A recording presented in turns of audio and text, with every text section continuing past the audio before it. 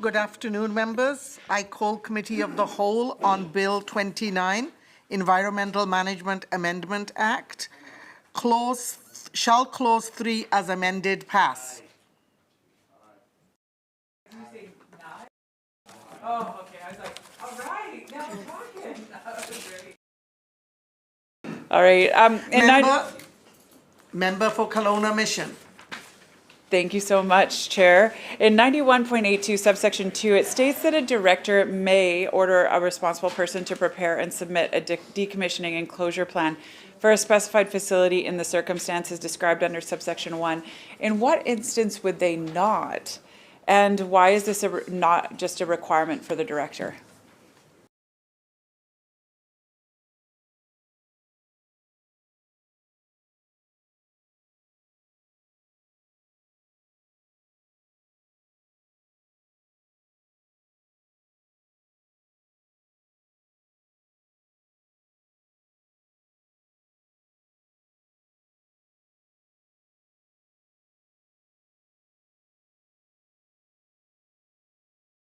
Minister.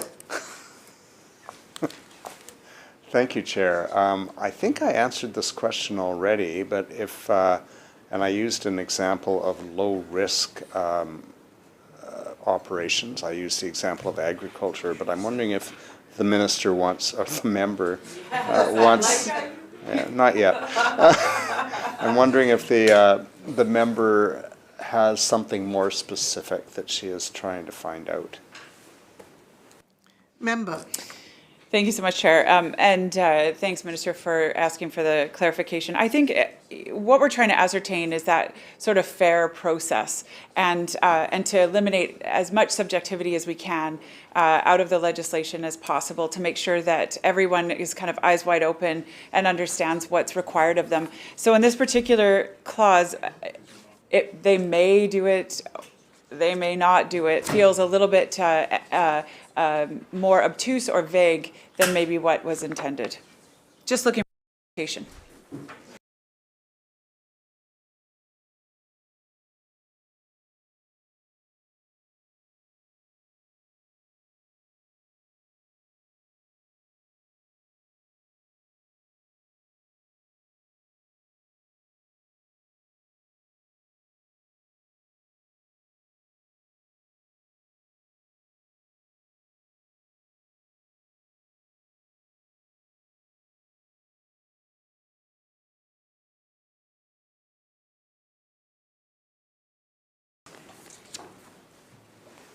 Minister of Environment and Climate Change Strategy.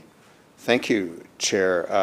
And as I've stated before, as we develop the regulations and policy, we will be consulting with potentially affected operations. So as with most pieces of legislation, we have the legislation. The regulations will get more specific about what kinds of factors would be applied for each relevant piece of the legislation that would require more specificity, and then policy would provide guidance to the statutory decision makers about how to apply those criteria in a fair and consistent manner. Member. Thank you so much, Chair, and thank you to the Minister as well.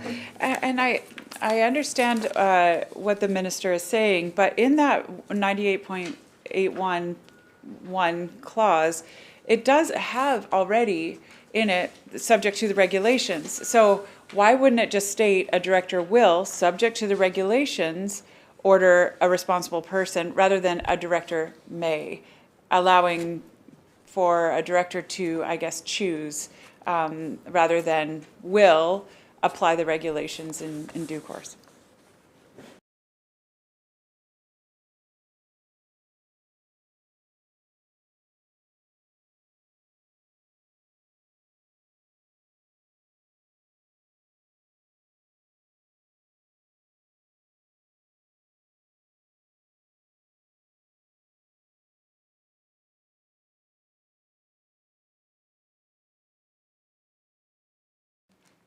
Minister.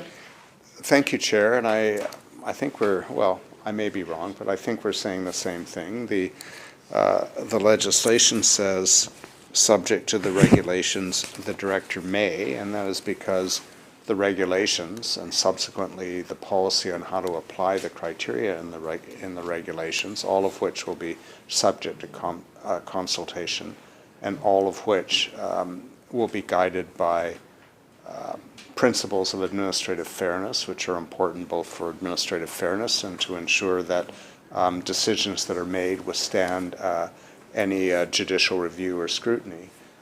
In that context, the regulations will help determine the layout, the criteria. The policy will cover the application of the criteria about whether or not the director will require something that the legislation says they may require subject to the regulation. Member?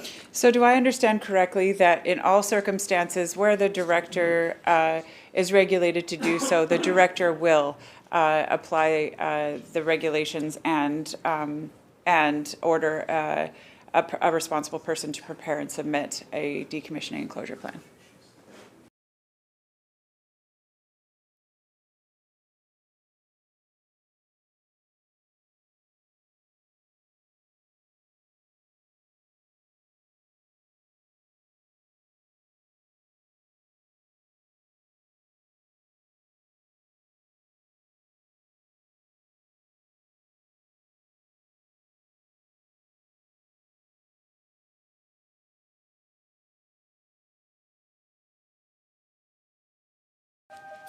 We will now take a recess.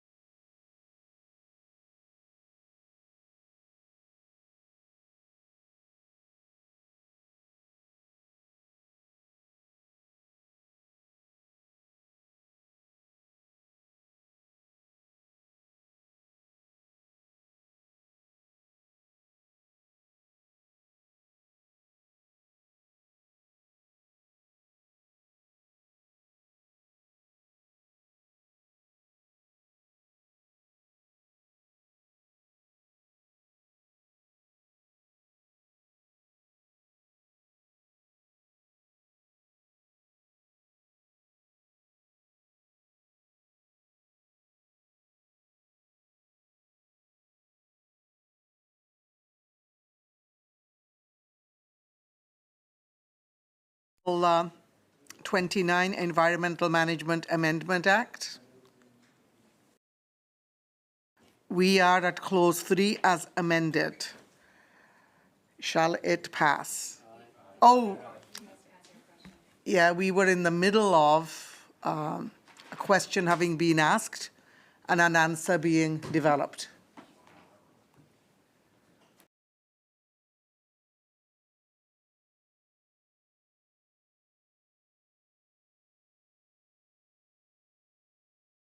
Thank you, Chair. So when deciding to order a decommissioning and closure plan or financial assurance, the director would be following an objective framework for decision-making and will make a risk-based determination on the site-specific activities. This approach is meant to ensure consistency of application of principles, to ensure that requirements are not unreasonable but are consistent, are paying attention to the risk of the particular activity as well as the potential liability of the public should a D&C plan or financial assurance not be required. And in any event, if the decision is one that the proponent thinks is unreasonable or not fair, they can appeal to the Environmental Appeal Board, which is the standard administrative fairness tribunal. Member.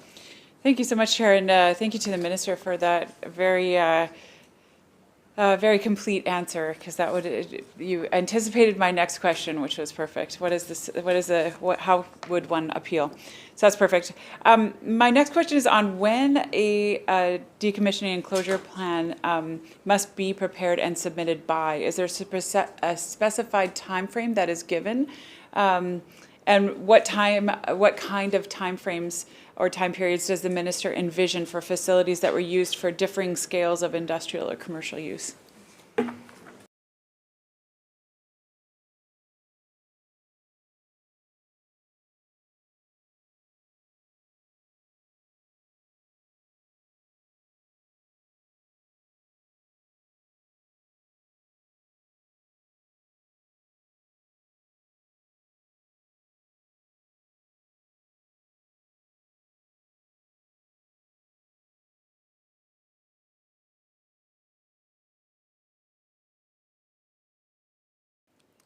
Minister. Thank you, Chair, and thank you to the member for the question. Because the complexity required of a decommissioning and closure plan for a particular site or operation may vary quite widely depending on the size of the operation, the level of risk, the materials, chemicals, etc., that may be part of the process. We would not specify that in regulation. That would again be a decision that the statutory decision maker, the director, would make based on the information relevant to the factors I just outlined. Member for Kelowna Mission. Thank you, Chair. So will these plans be made available to the public and shared with local governments as well as First Nations, Indigenous peoples, or Indigenous governing bodies?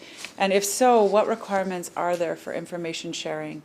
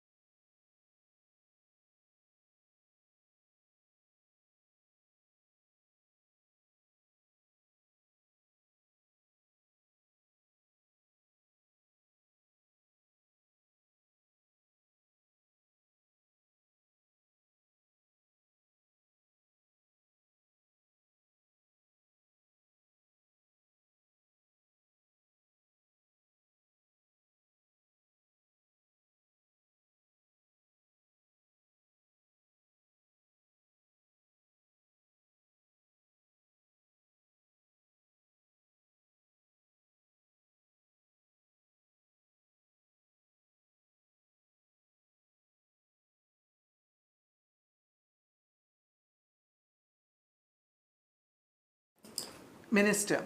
Thank you, Chair.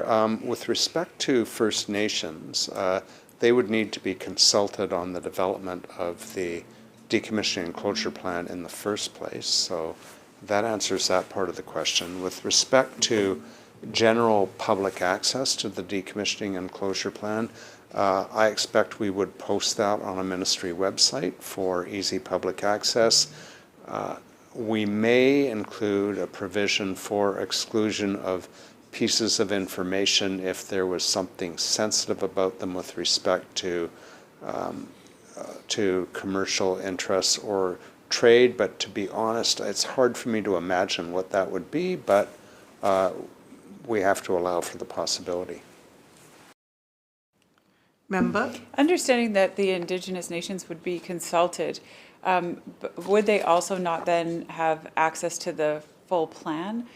Just because they're consulted doesn't necessarily mean that they would be in agreement with everything that became a part of that plan. Is that not correct?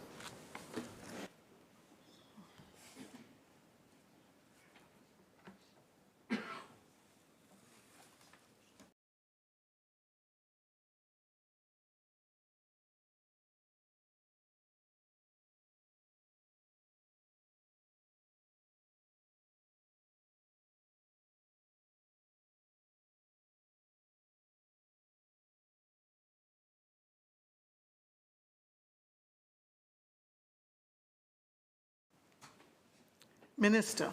Thank you, Chair. So the purpose of the consultation and collaboration with First Nations would be to reach agreement, to have them agree by addressing legitimate points that they raise or concerns that they raise that the decommissioning and closure plan is sufficient, because it is our goal as government to ensure that it is sufficient and that the public interest as well as their interest is protected. In any event, they would have access to the final plan both prior to posting and, of course, once it's posted along with everyone else. Member. Thank you. Under 91.82 subsection 4, how will it be determined if a plan is sufficient? What are the required components of a decommissioning and closure plan? And I'm just going to rapid fire kind of questions around it and ask the minister answer as he sees fit.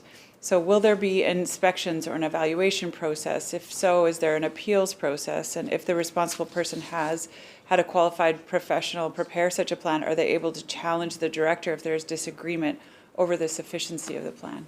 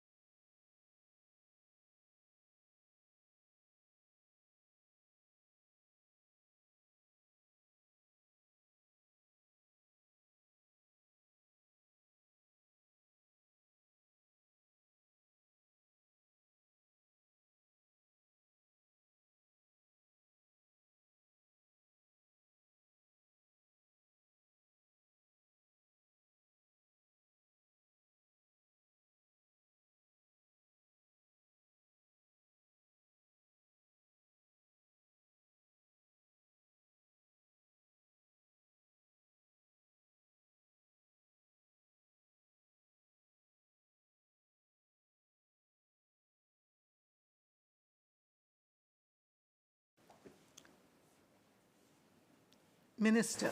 Thank you, Chair. Well, the reason that we can't possibly spell out every single detail in either the legislation or the regulation is because every situation is different and requires a decision, which is why we have the statutory decision makers, as well as the qualified professionals who will work directly to create the decommissioning and closure plan.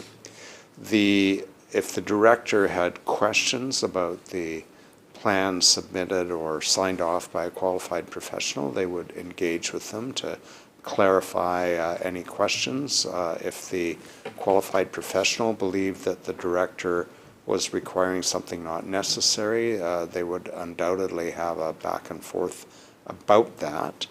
The purpose of the decommissioning and closure plans, one of them is so when there are regular site inspections by members of my ministry, they have the D and C plan as a reference to ensure that anything required to be on site or done during the period of operation is on site or done, and during decommissioning and closure that it is being done in accordance with the plan. So that's what the inspectors would be looking for. And if at any point the responsible person or the qualified professional on behalf of the responsible person had a difference of opinion with the statutory decision maker about what was required, or with an inspector about any report or order that was written about compliance or non-compliance with the elements of the plan, all of that can be appealed to the Environmental Appeal Board.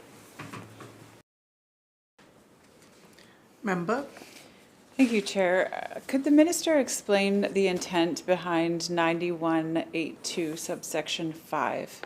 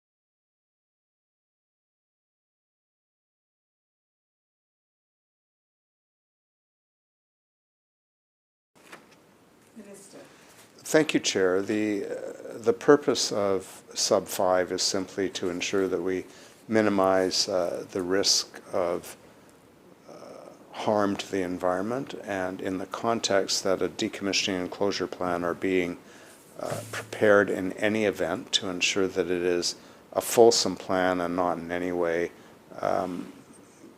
potentially proscribed by specific substances that are mentioned in the Act, either as prohibited or allowed. But again, this is an enabling clause. The director may choose to do that, may also choose not to, and it will depend on the circumstance. Member? So that was not very clear. So I'll ask again, maybe for further clarification. In what situations would the powers given by this section be necessary, even though the introduction into the environment of a substance or thing that is addressed by a decommissioning and closure plan is not prohibited under this Act or is authorized under this Act?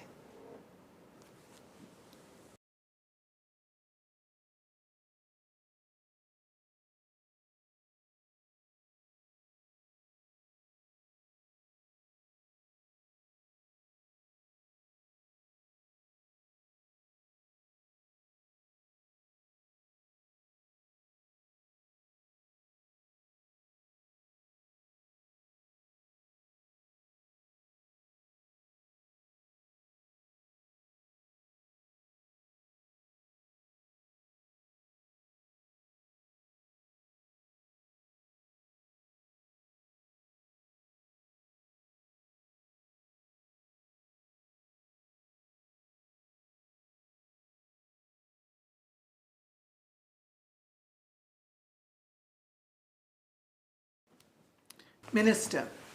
Thank you, Chair. And while I can't necessarily give all the circumstances in which this would apply, or I would be a statutory decision maker, maybe, what I can say is that an operation may have a very specific authorization to discharge waste with conditions.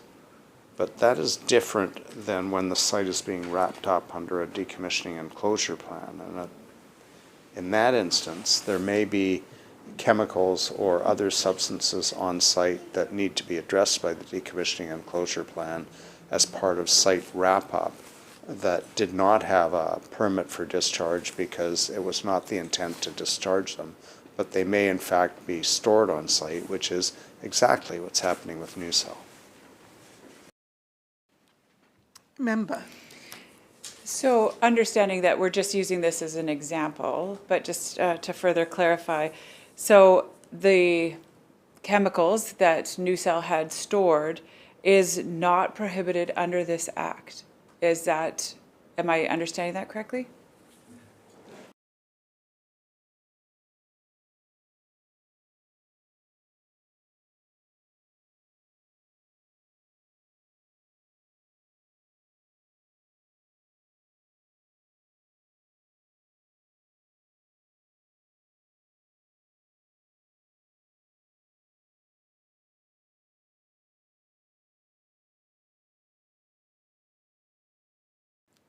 Minister. Thank you, Chair. So using NuCell as the example, there are a variety of chemicals and toxic substances on that site, very close to a marine environment, that were never authorized for discharge because it was never the intent to discharge them into the environment. However, as a result of neglect of the site, the tanks in which many of them were being stored are badly corroded and they are at significant risk of discharge, which is what a decommissioning and closure plan is intended to address, and of course NuCell doesn't have one.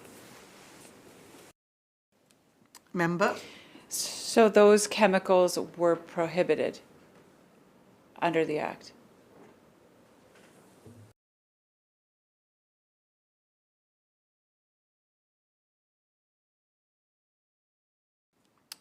Minister. Thank you, Chair. They were prohibited from discharge into the environment, but they were not prohibited for use in the particular industrial activity on site. Member.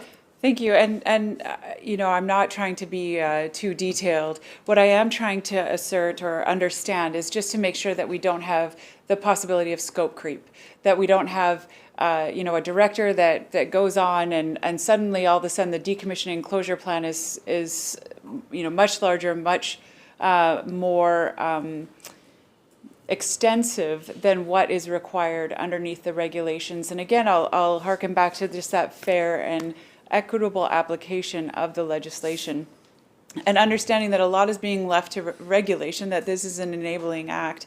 My concern is that this clause could be read to basically include anything else that a director may see fit. Is that the understanding?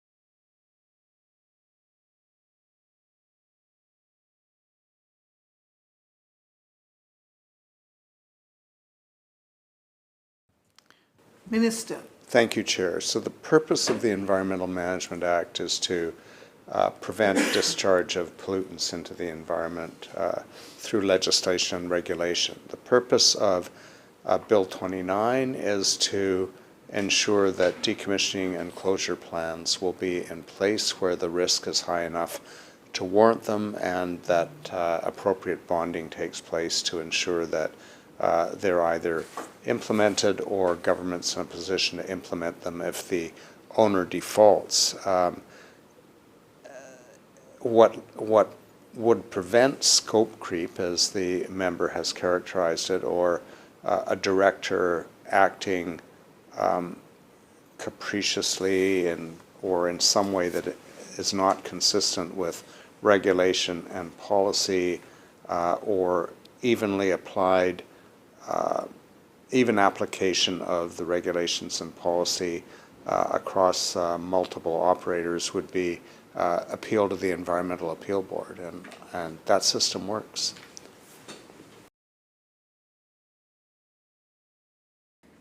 Member. Thank you, Chair. So moving on to 91.83, in the event that the director orders a specified facility to be decommissioned and closed according to the submitted and hopefully approved plan, would the public be notified in any way, local governments or Indigenous governments?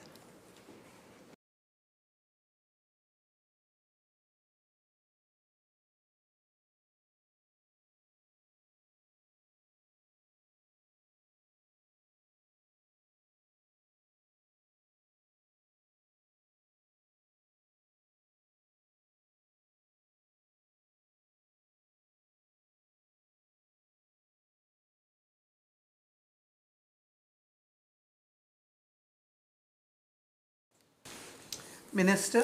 Thank you, Chair. The short answer is yes. It's the ministry's policy to post orders on the ministry website, and there's no reason why we wouldn't treat the decommissioning and closure plans in exactly the same way. Member. Thank you, Minister. What happens in the event that the responsible person doesn't have the resource or financial capacity to execute the decommissioning and closure of a specified facility, and the bonding that's in place is insufficient?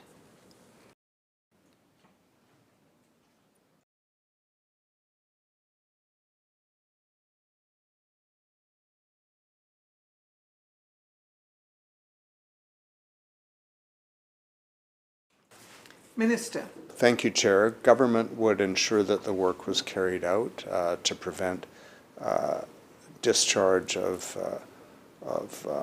contaminants and pollutants into the environment, and if the amount of bonding was not sufficient to cover that, the Act, as we have discussed previously, allows government to pursue the accountable person, which would exclude anybody without a legal or beneficial interest in the operation for the difference in costs. We would do that through court proceedings. So regarding the report that is to be submitted to the director following the decommissioning and closure of a facility, what form is this report to take, and what will be required to be included? And then I'll just tag on my next two questions in the interest of time. But what will be the report, will the report be a matter of public record, or would the public have to FOI the document?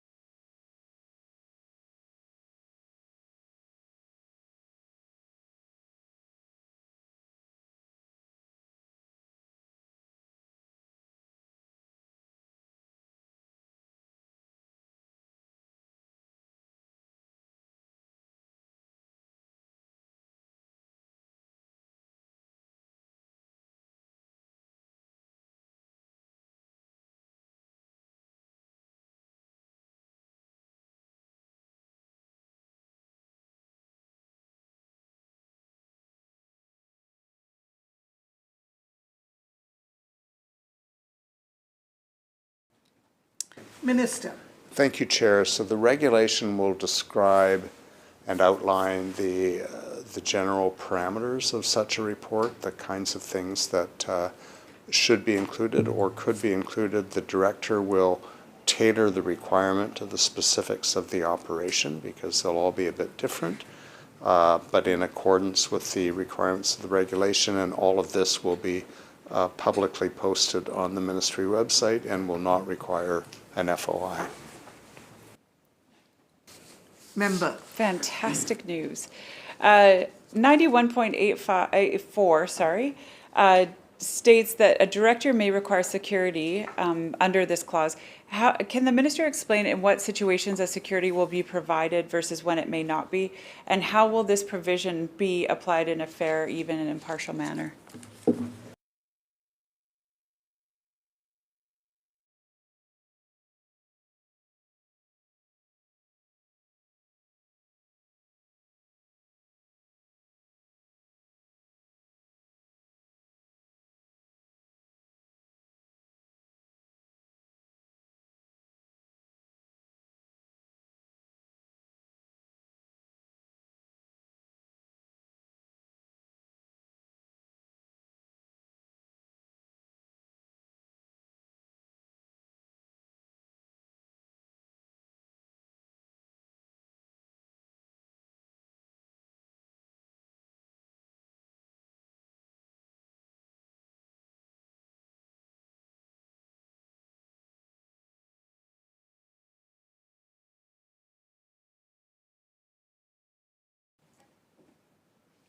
Minister. Thank you, Chair. Well, the principles of administrative fairness will continue to apply in the development of guidance for the amount of surety that needs to be posted.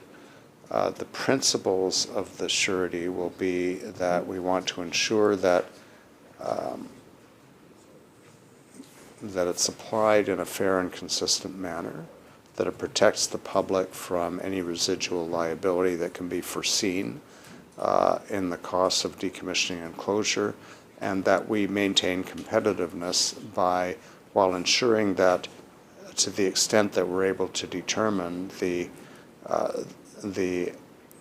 responsible and accountable person is paying 100% of potential costs, we are not overstating those costs as a way of requiring more money than may be needed, which would impact the viability of the industrial operation. Member. Thank you. So this in 91.84 actually states that at any time after a decommissioning closure plan for a facility is submitted under section 91.82, the director can order a responsible person to give security. Could a director say, no, we don't need security, and then subsequently turn around and say we do need security?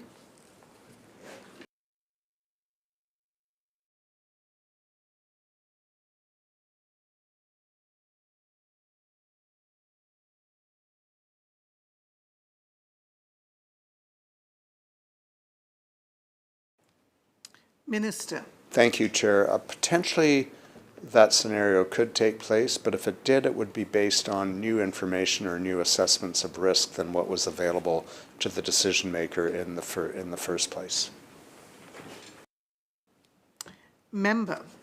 Excellent. So on the issue of providing security, can the minister detail just how the amount and form will be determined, and will there be some kind of formula?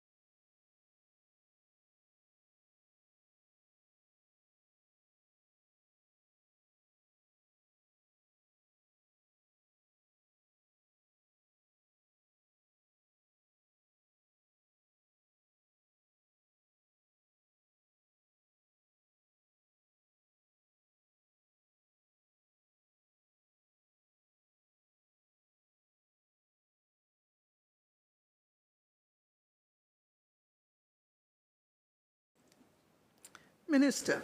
Thank you, Chair. So I can't detail what the considerations would be because that will be developed as part of the regulation through consultation with industry around the various scenarios in which it would be applied. It will essentially be risk-based. But what that looks like in detail, I think we'll leave to the development of regulations and the subsequent consultations. Member. So, I mean, I've already noted that the more we leave to regulation, the less we can actually dig into what it means. But I'm gonna continue on and just ask, why has it been designated that the responsible person will be required to give security as opposed to what's under 91.87, where the cost recovery is specific to what is defined as an accountable person?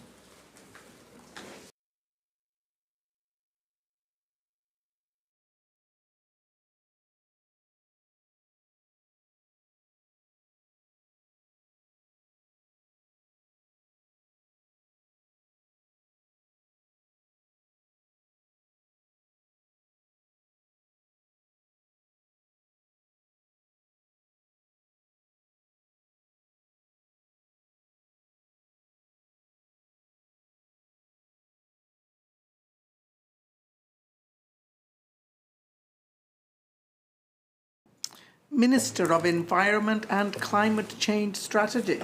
Thank you, Chair. So we use the term responsible person to designate those people responsible for preparing the decommissioning and closure plan and posting surety.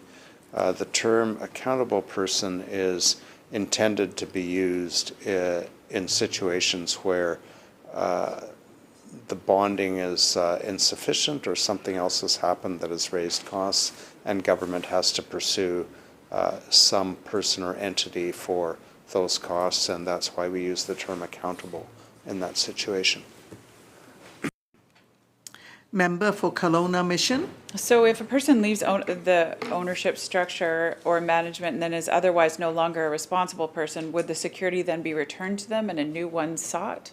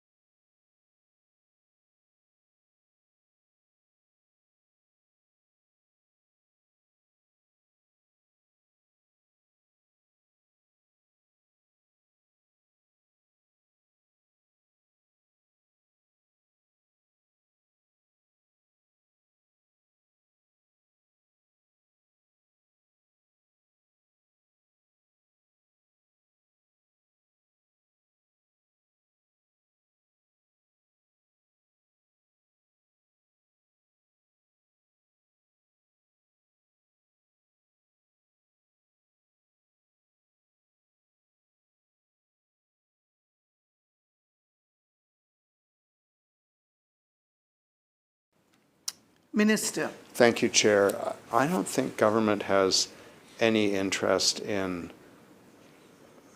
being a third party on a commercial transaction where either the transfer of shares or interest or the transfer of ownership overall takes place with a corporate entity or among owners of a corporate entity or transfer of shares from an owner to a prospective future owner. Once the surety has been posted, I think we should leave it to those parties to determine the value and cost of the transaction and ensure that they account for that that liability or that surety that is held in the costs of the transaction to either transfer shares or transfer ownership overall. There are a number of reasons that I can think of why government wouldn't want to be part of that. One of them is the administrative cost to governments and a transaction from which we get no direct benefit. And the other one is if we return surety to someone who had to post it before they began operation without having received the surety from the new owner of the operation, we could be caught in the middle with a big liability. Member. For sure, there's definitely would have to be a timing, of all of this. And I certainly don't think that the government would be held in the middle. I think it could actually have, new bonding being put into place before the old bonding is released, but then, that can be dealt with outside of that. In fact, in some cases, the government have double bonding before they have to actually have to enact it. But the concern is that then the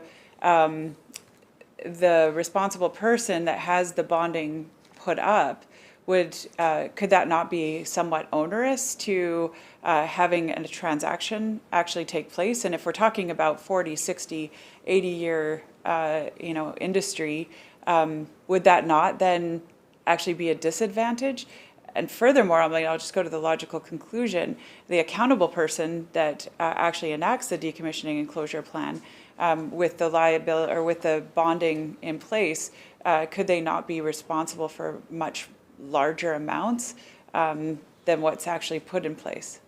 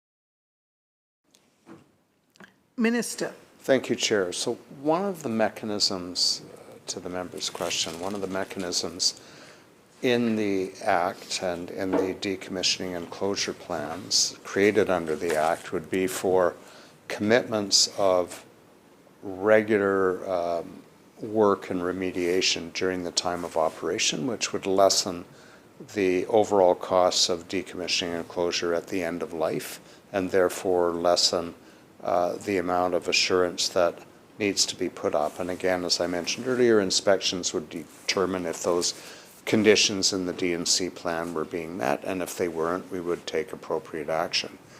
We would expect that where there is a surety given, that the parties in the transaction take care of the transfer of that surety, either as a liability or as a potential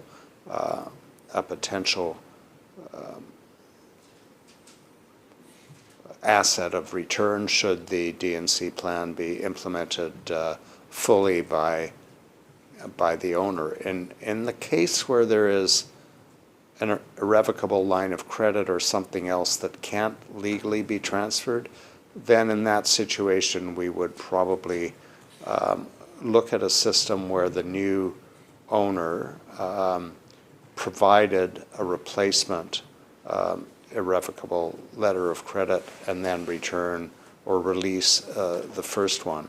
There is within the Mines Act, and we would have to do some conversation with our colleagues in Emily to see how this works. Usually smaller mines will post the entire amount that is required. In some cases, larger mines may have letters of credit, and I'm sure there is a process in place in that sector that works, and we would probably lean heavily on it. Member. Thank you. And in previous conversation about the bill, we actually talked about there being ongoing reviews. So if there's bonding or security put in place by a responsible person who is no longer present, a review is done with the new ownership, let's say, and all of a sudden that number changes, how would you actually go about changing that? So I do think that the minister, this latest provision of having some way of changing that surety, I think would be the only, I guess, plausible or reasonable expectation for a new owner coming in. Could the minister just confirm that those ongoing 5-year reviews that were going to be handled, that might change the amount of bonding that's put into place, would necessitate having a change in the actual original responsible person if there is something like an ownership change, et cetera?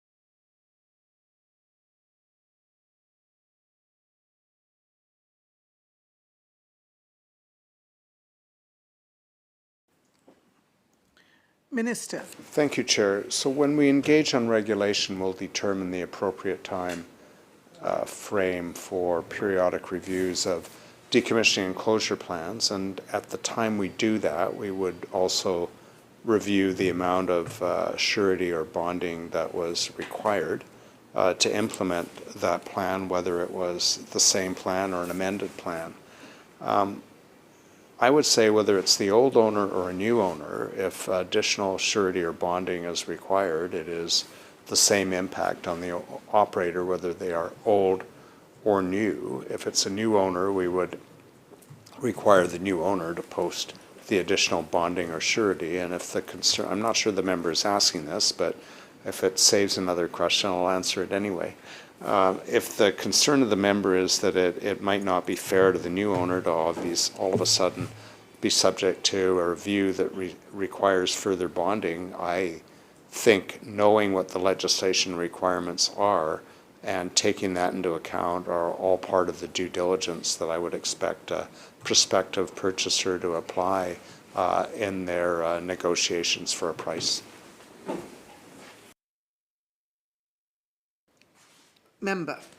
But doesn't that unduly disadvantage the first responsible person who put up the security? Let me give the minister a for instance. There's a change in ownership, there's a decommissioning and closure plan that's put in place and security provided. The ownership changes, let's say year 40. I'm just using that as an arbitrary number, but it changes year 40. The new owner has no desire whatsoever to see that amount reduced. So wouldn't it actually almost have an unintended consequence of not having that new owner take the same level of responsibility as the first owner? If the first owner is still liable for that security, then why would the new owner even abide by the ongoing maintenance, et cetera, that needs to happen? They just can take it from the security that's already posted. So I just see this as getting incredibly messy. You could also have three different ownership changes and not have the same person that actually posted the security in the first place. So would that not be harder to actually track down or retrieve? I'm looking at this as, why would the government, even through regulation, I'm not asking for another amendment, but why wouldn't the minister, state that the intent would be to work with the new owner to get new security in place, to actually, always have the responsible person with the security be the one that's tied to that decommissioning and closure plan?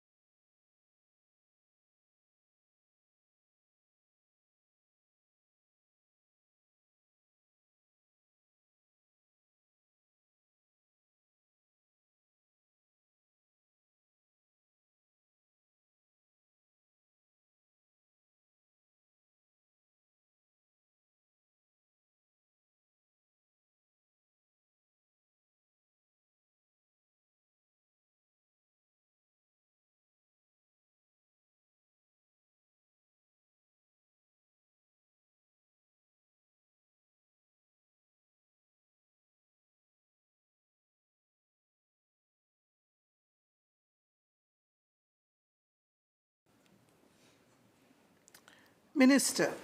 Thank you, Chair, and thank you to the member for the question. I think I've already outlined that if the bonding is in the form of an irrevocable line of credit that can't be transferred, we would have to put in place arrangements to get a new one and then release the old one. But in the case of, say an operation has been going for 40 years and there's a new buyer,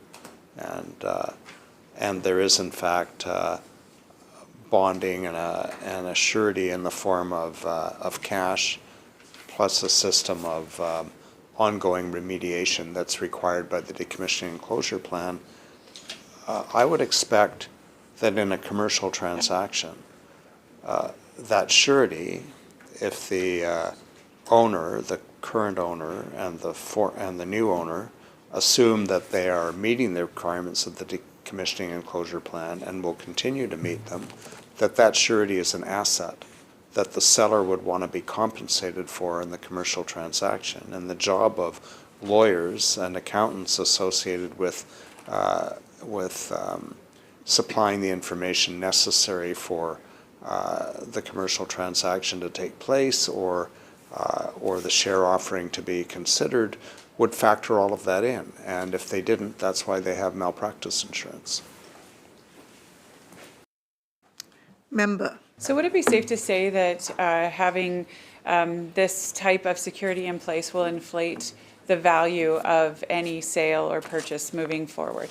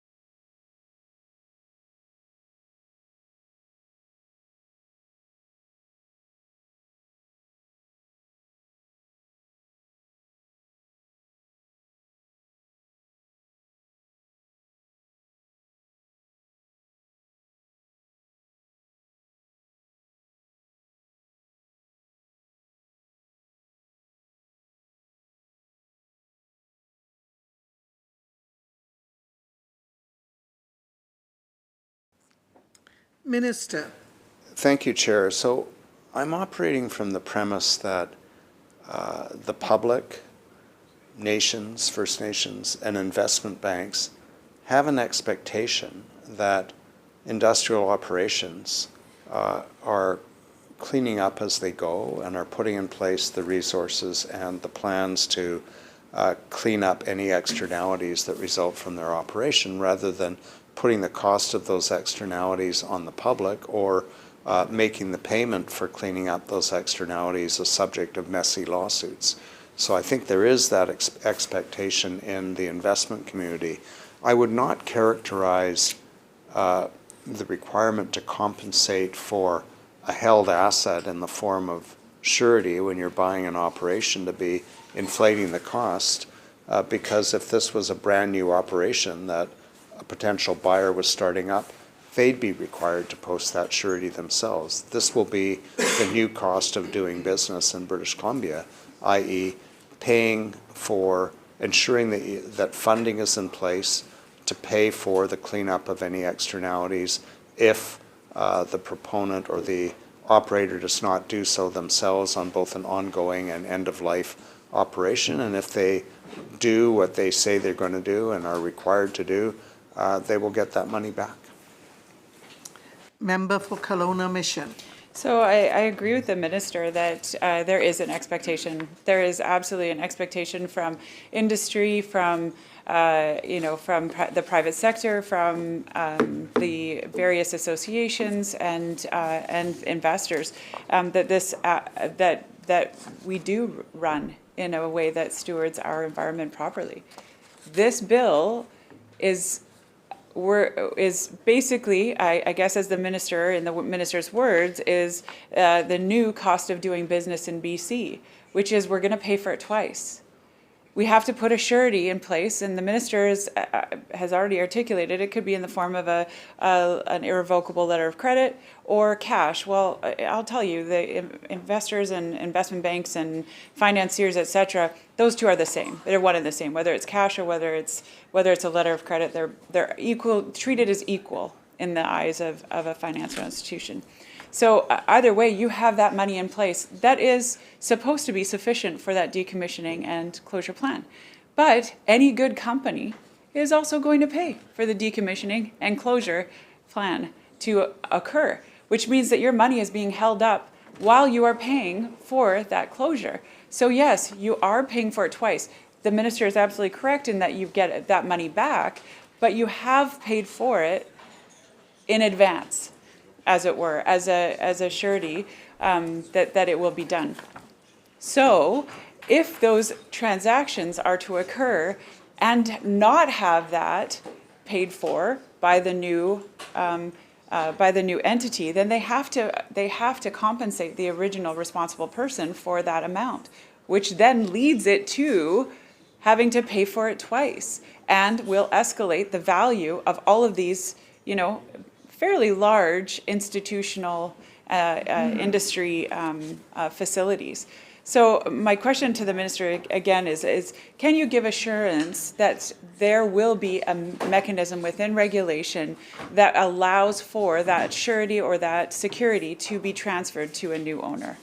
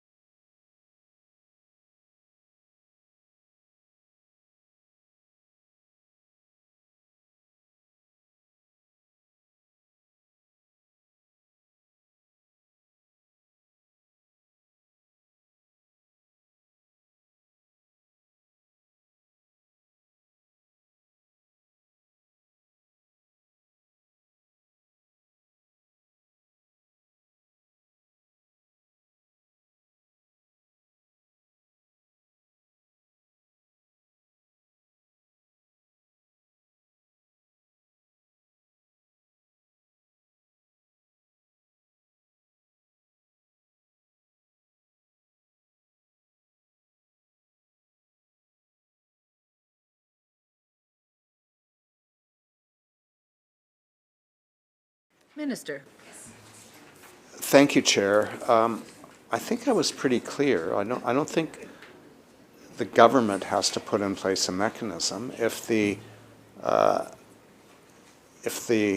existing owner is selling their operation, they're going to value all of the assets of that operation. It may be a trucking fleet, it may be a physical plant, it may be the resource, and it certainly would be the value of the surety being held in trust.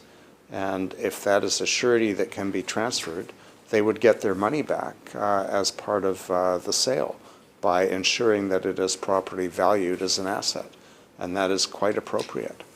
And in that case, what is happening is instead of the buyer putting up money for a surety, and relieving, and government accepting that and relieving the operator of a surety, which actually just exists in the case of cash as cash, the buyer is compensating the former owner for the value of that, and then they benefit from having that surety registered against the operation. Member. Thank you, Chair, and welcome. So will this provision be retroactive on current permit holders, should they be required to provide a decommissioning and closure plan?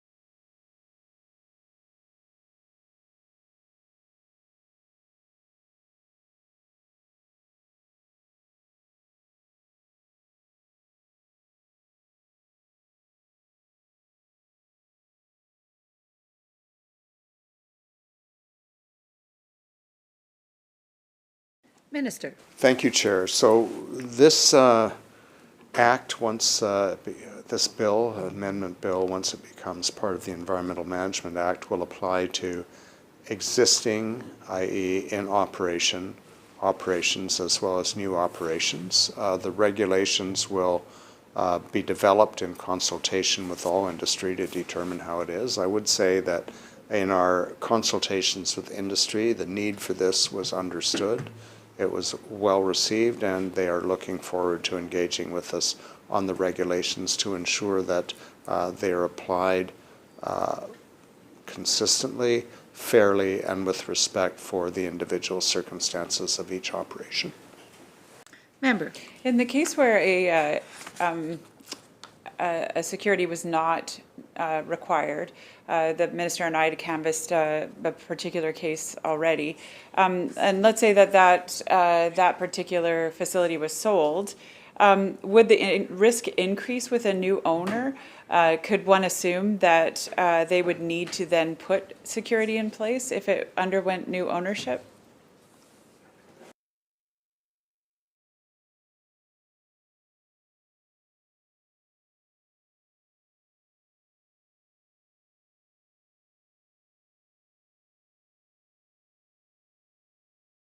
Minister. Theoretically, it could. If the new owner, for instance, had a history of abandoning sites at the end of operation, we would consider that a risk and factor it into a review of the surety required. Member. So is it safe to assume that each new owner will have to then reapply for some sort of, like, how would the ministry actually assert that new requirement?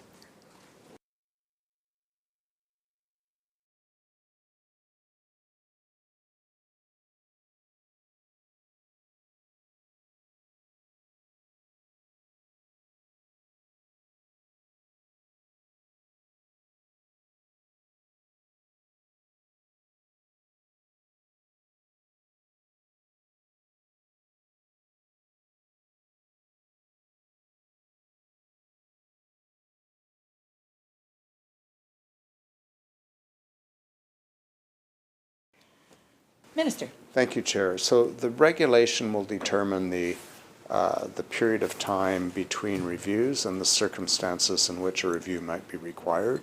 So it is conceivable that in developing the regulation through consultation, we might require a review of the decommissioning and closure plan, and hence the surety on the transfer of all or a substantial portion of ownership or assets. But we will leave that to the development of regulation. But the guidance documents, once these decisions are made, will be publicly available to any prospective buyers, and staff in the ministry will be available to answer any questions they might have regarding that as they're making their decision or negotiating a price. Member. So it might be safe to assume that over the next couple of years, there won't be very many transactions as everyone waits to have the regulation in place and then applied, and then to see if they are indeed going to be required to have that security put into place. But I'm going to leave that in the interest of time and keep moving forward. If the minister wants to respond to that, he's more than welcome to. I would welcome any response. I'm going to go to 91.85, however. How will it be determined that the minister is satisfied, if the minister, is satisfied that a person has failed to comply with an order as per 91.85? What would constitute reasonable grounds in this case?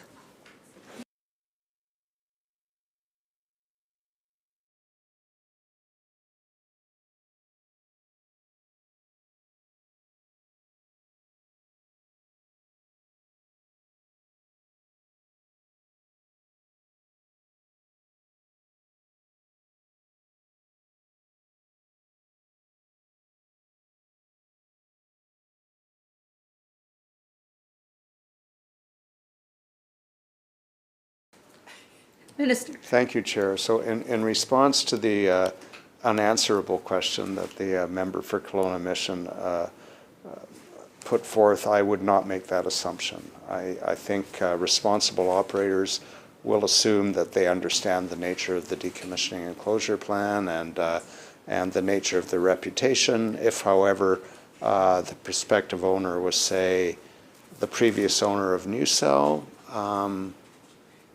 they might not jump at the opportunity to purchase something, and that might not be a bad thing, considering the track record. On the member's question, I would exercise the authority and by receiving a report and recommendations from inspectors in the Environmental Protection Division. I likely would have been briefed on the process of inspections and discussions that had taken place up to that point. I would likely, or the minister would, I know I would because I do it all the time, is ask questions of clarification about the report, and at the end of the day I would exercise my discretion responsibly with administrative fairness principles in mind, as I'm constantly reminded to do by the legal team. Member. Thank you, Chair. So the minister mentions the inspections process. Is that safe to assume that that would be done as per the regulation in terms of an ongoing regular process? And just who would that be that would be doing those inspections? And then just to piggyback, how would that process be documented? The minister talks about a brief. Is that all open documentation in terms of the findings of the inspections as well as the brief to the minister? And then my assumption is that there would be the same appeal process designated as per the rest of the act as well, and just asking for the minister to confirm.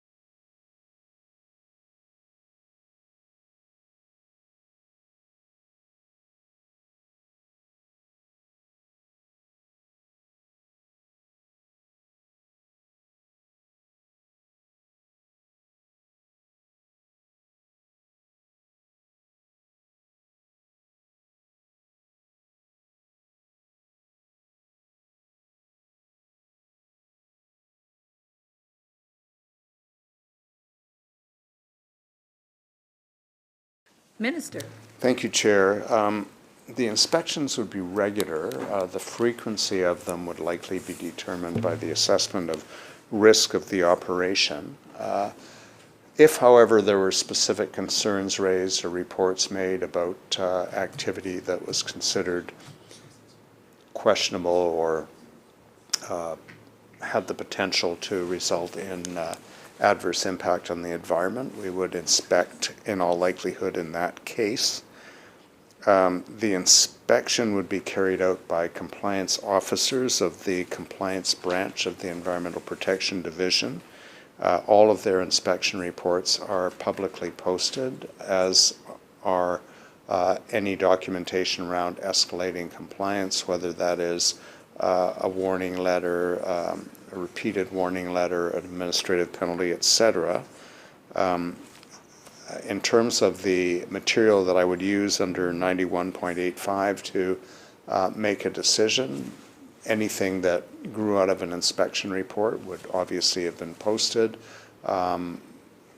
Advice that I may be given, verbally or otherwise, would not be posted, but any decision that I made and the reasons for that decision would be in a formal letter, and that would be public. Member. And could the minister just confirm that the appeal process that we have been discussing throughout is the appeal process that would be used in this particular situation as well? Minister. The appeal process would be exactly the same as we've discussed.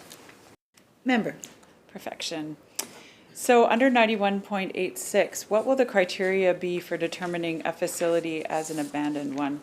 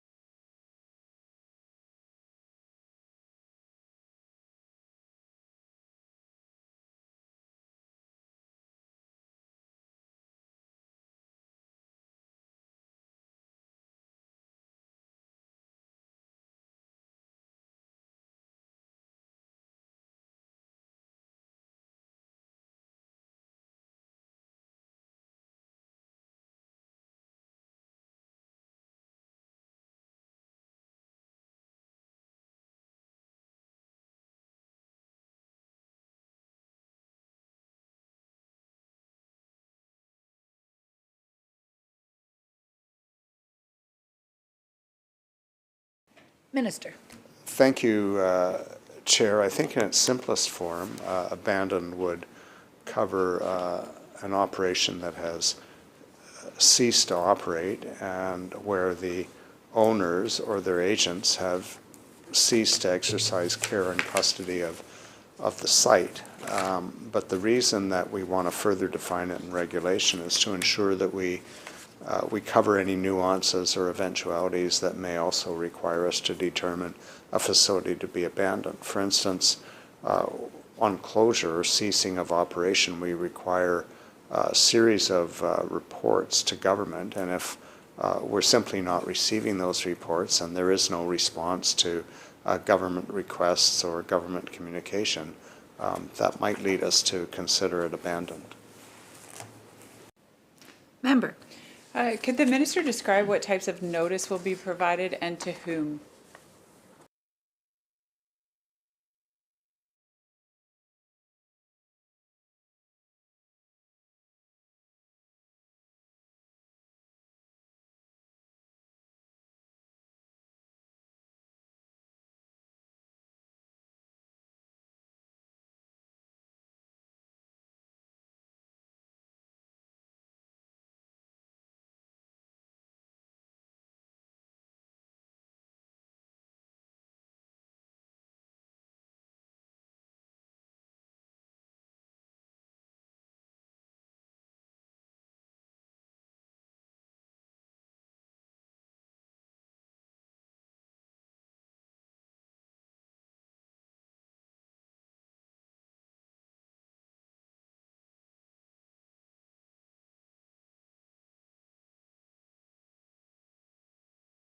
Minister. Just for clarification, Chair, could I ask the member from Kelowna Mission to be a bit more specific about what we would be giving notice of? Is it that we consider a facility to be abandoned? Because if so, presumably, if we are in contact with operator who has been, who are requiring to undertake certain actions and they're not doing it or not responding, if they're not doing it, we have mechanisms in the Act to achieve compliance. If they're not responding or they've ceased care and custody, I'm not sure if the member is suggesting that we then give notice to the proponent who has failed to meet their legal obligations or protect the public interest or the environment that we're entering the facility that they've abandoned in order to secure it. I'm not sure that's the best use of time. Member. So I'm not sure which the minister was referring to as not the best use of time, to answer the notice or to okay, so I will clarify then, that the notice was actually if a facility has been abandoned, will there be notice given to, and to whom will the notice be given if it has been determined to be abandoned?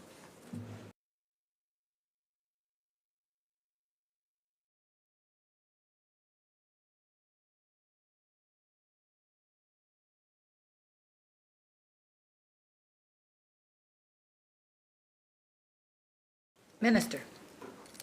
Thank you, Chair. And I think what I was referring to was we wouldn't want to lose the time required to secure a facility by a notice period, to be more specific, but we would give notice if we determined that a site had been abandoned to local governments, to First Nations, and if we had a way of contacting the proponent or the operator, we would notify them as well. Member. Okay. Thank you so much, to the minister, for the answer. Can the minister outline why 91.86 subsection 4B is necessary even if that responsible person is acting under the direction of government?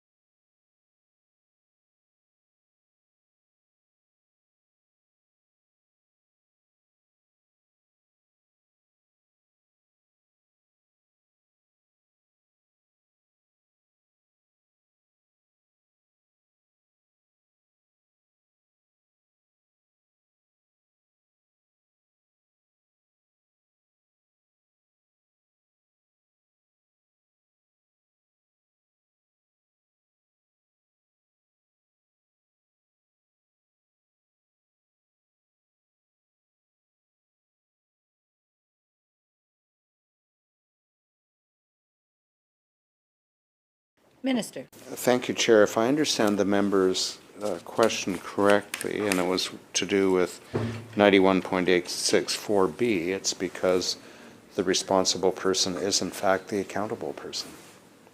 In every other instance, it's someone who is exercising the responsibility that the responsible person has failed to exercise.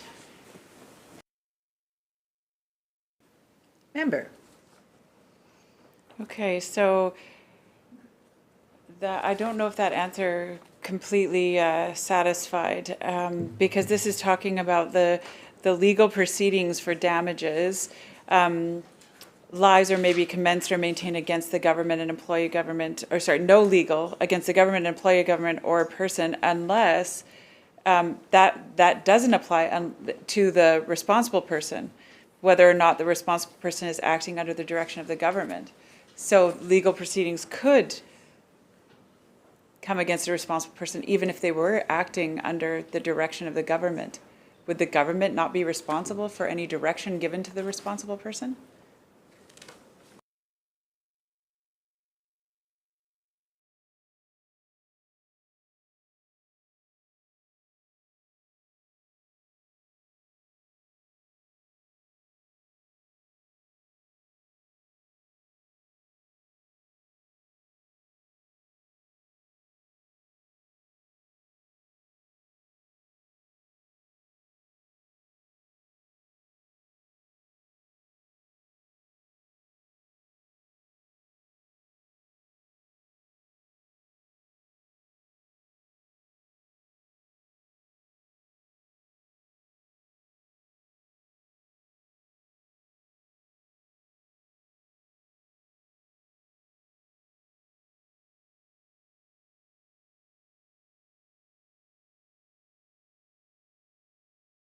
Minister.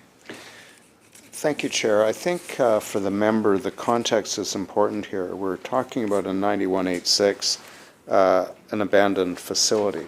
And in the case of an abandoned facility, the responsible person has abandoned their responsibility to comply with both the Act and the obligations they undertook in creating a decommissioning and closure plan and posting a surety. So what sub 3 says, that if somebody, an employee of the government, for instance, goes into the operation, flips a switch, something happens because they flipped the switch, something unfortunate happens because they flipped the switch, they cannot be sued for that. In the case of a responsible person, we are talking about the person who had primary responsibility for carrying out the actions in the first place, and they are now operating under direction of government because they abandoned their responsibility, but they are still responsible.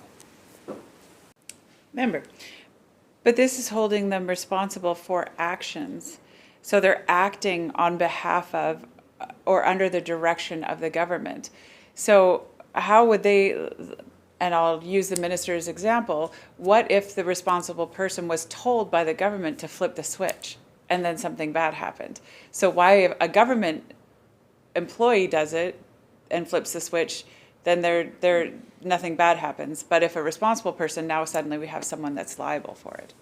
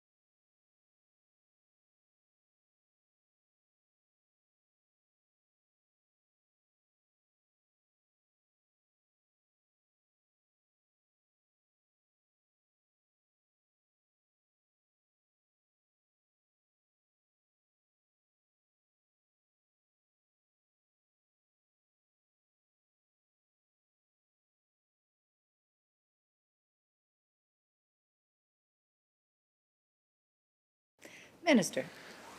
Thank you, Chair. So I think the better way to look at it from my perspective is we may need a responsible person who has knowledge of a site to go in and conduct certain actions because government employees, other people may simply not have the knowledge to carry out some work that needs to be done. The responsible person in the course of that action may do something willfully or not willfully that creates a problem that could result in a court case. If we do not include the language in B, we will be giving the responsible person basically a pass against court action. If in the member's specific example, government said, go flip that switch, first of all, I would expect the responsible person to have enough knowledge to say why they shouldn't flip the switch and government to respond. But let's assume in the worst case scenario that that doesn't happen. The responsible person flips the switch because an official of government insists that they do so. I would expect that to be a very plausible and useful defense in court. Member. Thank you. 91.87. And I'm trying to look at both the amended 91.87 as well as the original. But also, I think that most of these questions are still relevant. So with regards to the accountable person, will this be the person who also signed off on the decommissioning and closure plan that's on record?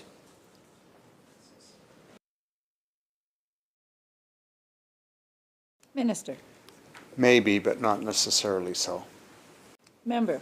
Okay, so if there is a change in who that responsible person, you're supposed to say responsible person, Minister. So if there's a change in the responsible person for decommissioning closure plans over a period of time, and there's a relatively new responsible person who may be there at the time of that operation cease, is there any legal requirement for them to be made aware of these submitted plans so that they can be held liable for cost recovery?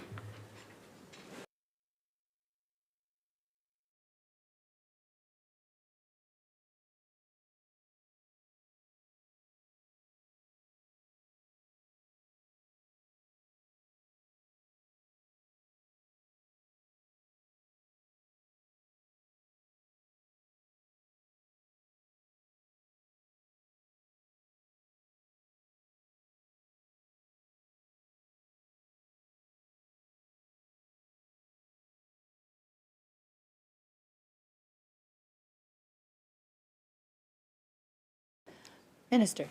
Thank you, Chair. A requirement of permits would be that the responsible person, whether it was the responsible person at the filing of the decommissioning and closure plan or a subsequent person who meets the definition of responsible person, has knowledge of all the requirements of the permit and operation, including the details and requirements of the decommissioning and closure plan, which would include any ongoing remediation or interim actions that would be taken to lessen the amount of work or liability at the end of the plant's life. Member. How will debts from the accountable persons be recovered?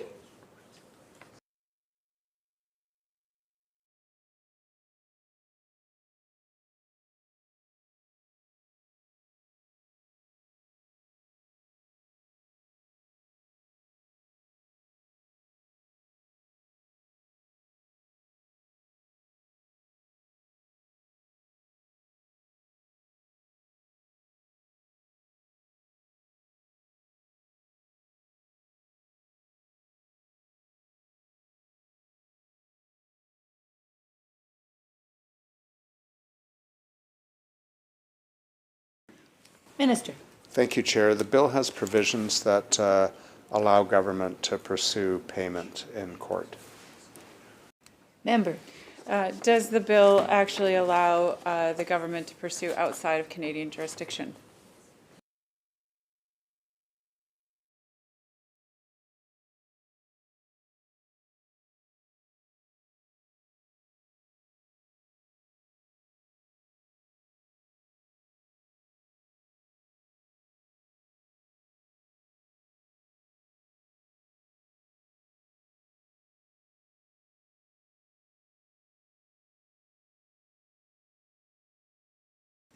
Minister. Thank you, Chair. And to the member, I think the bill allows us to pursue in jurisdictions outside of Canada, but it would depend on the laws of the jurisdiction whether we were actually able to effectively do that. But the fact that the accountable person may be in a jurisdiction other than Canada, and we might not have the ability to pursue through court action, would likely be a factor in determining how much bonding was required. Member. What if an accountable person transfers their personal assets at any point following the abandonment of a facility? How will they be held liable if there is no personal property in their name to place a lien on?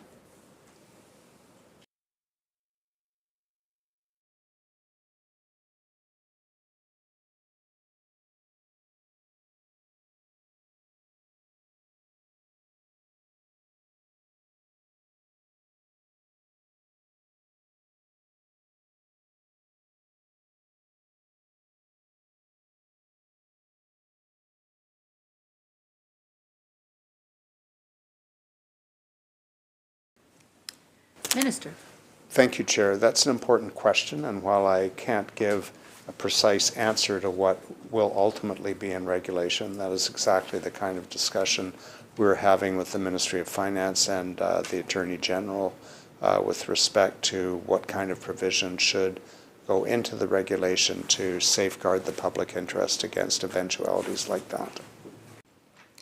Member. So what if an owner or several of the owners or responsible persons who are deemed accountable declare bankruptcy, but others do not? Will the remainder of costs be divided amongst the latter?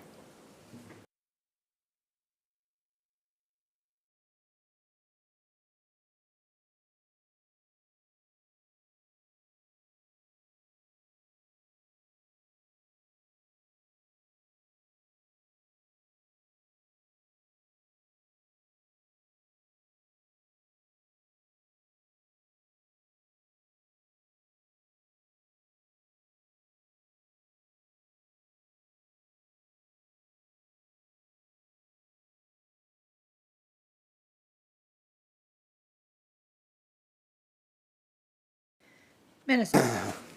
Again, Chair, to the member, there may be varying circumstances that don't result in a single answer, but it will be laid out in regulation, and in this case, we'll also look at what our companion ministry, Energy Mines and Low Carbon Innovation, do in instances like this in terms of their own bonding policy for major mines. Member. So why is it that each accountable person is jointly and separately liable for the debt under number 2 of 91.87? But in previous clauses referring to responsible person, it's an or the, specifically with regards to providing security?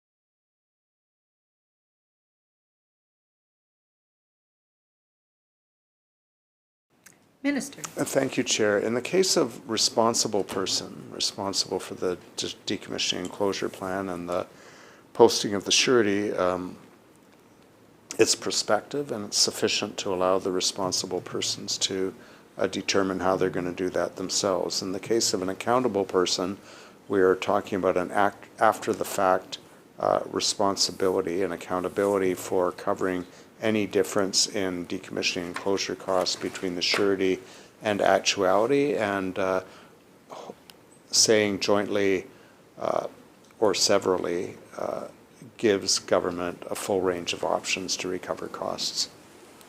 Member. So I am going to end up moving on here. But I do want to just draw the minister's attention back to, even our earlier conversation in which, we were canvassing just even on the definitions at the very beginning. And I asked the question, what would happen if owners of the Shell company are not within Canadian jurisdiction? And, the minister answered in some ways that the member has gone right to the heart of the need of this legislation. And, here I am again asking the question of what happens if they're not inside of this, of this jurisdiction. But now it's being, discussed as, okay, well, in regulation, we'll figure that out. The ultimate goal of this legislation is to make sure that the responsible people pay. And my concern is that we'll add bureaucracy and in time and cost without actually the necessary teeth to go after those that might be required. And I understand, and obviously, our party was definitely part of having a polluter pays regulation. But I guess my hope would have been that we would have seen more of that in the legislation and that we actually would have understood the teeth a little bit more and not just left it to regulation. So I'll go on note of just saying, I really hope that in regulation, we actually see the necessary responsibility given to the companies that need to pay, and not just the good companies are left paying extra that would have been compliant anyway, and not actually be able to go after the bad actors within the industry. Shall clause 3 as amended pass? So ordered. On clause 4, Minister. Thank you, Chair.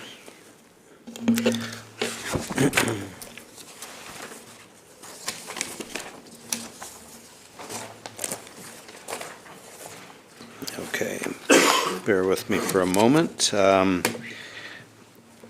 I move in Committee of the Whole on Bill 29, the Environmental Management Amendment Act 2023, to amend as follows. Clause 4, by adding underlined text, which I believe has been, oh, I need to give you a copy of this.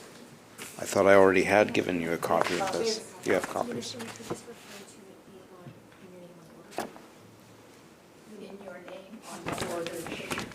Thank you. The amendments are in my name on the order paper. Copies have been distributed and supplied to the chair and the clerk's office. Clause 4 would be amended by adding the underlined text in section 92(1) by adding the following paragraphs: D1, respecting the exclusions of persons for the purposes of the definition of owner in section 91.8 sub 1. D2, respecting the determination of whether an employee has a legal or beneficial interest for the purposes of section 91.8 sub 2 sub B. D3, respecting the exclusion of persons for the purposes of section 91.8 sub 2 sub C. And finally,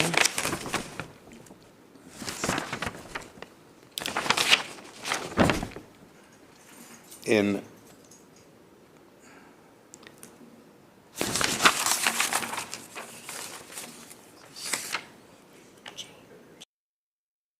J1 by adding the words respecting the exclusion of persons for the purposes of the definition of accountable person in section 91.87 sub 1. And Chair, I move these. These are all with respect to regulation making powers, and they are consequential amendments to the amendments made to clause 3. Any debate on the amendment? Member.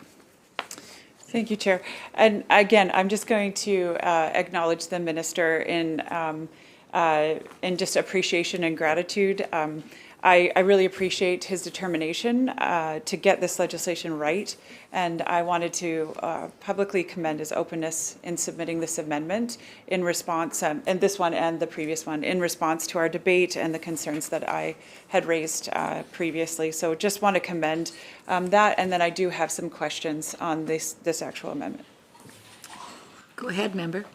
Thank you. I'm just going to move right along then. So on D1, when we previously discussed the definition of owner and who may be excluded from regulation, the minister suggested the government as one example. Now that government has been excluded from the definition of responsible person and therefore also from the definition of accountable person, can the minister provide more examples of who he may intend to exclude from the definition of owner?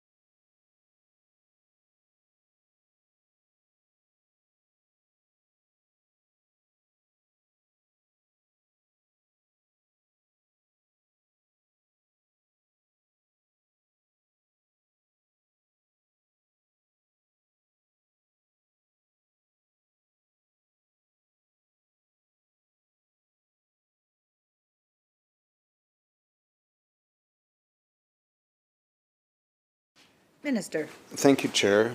Examples might be a local government.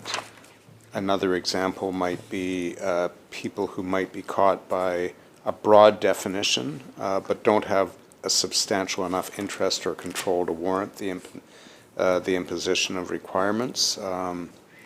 For instance, there may be a secured creditor who may or may not exercise control or impose requirements regarding activities at a facility. Member. So, how will both the legal and beneficial interest be defined? Could the minister specifically signify what the intent is here and how expansive it will be, especially with regards to beneficial interest? And I'll just refer the minister to the questions that were canvassed earlier this morning.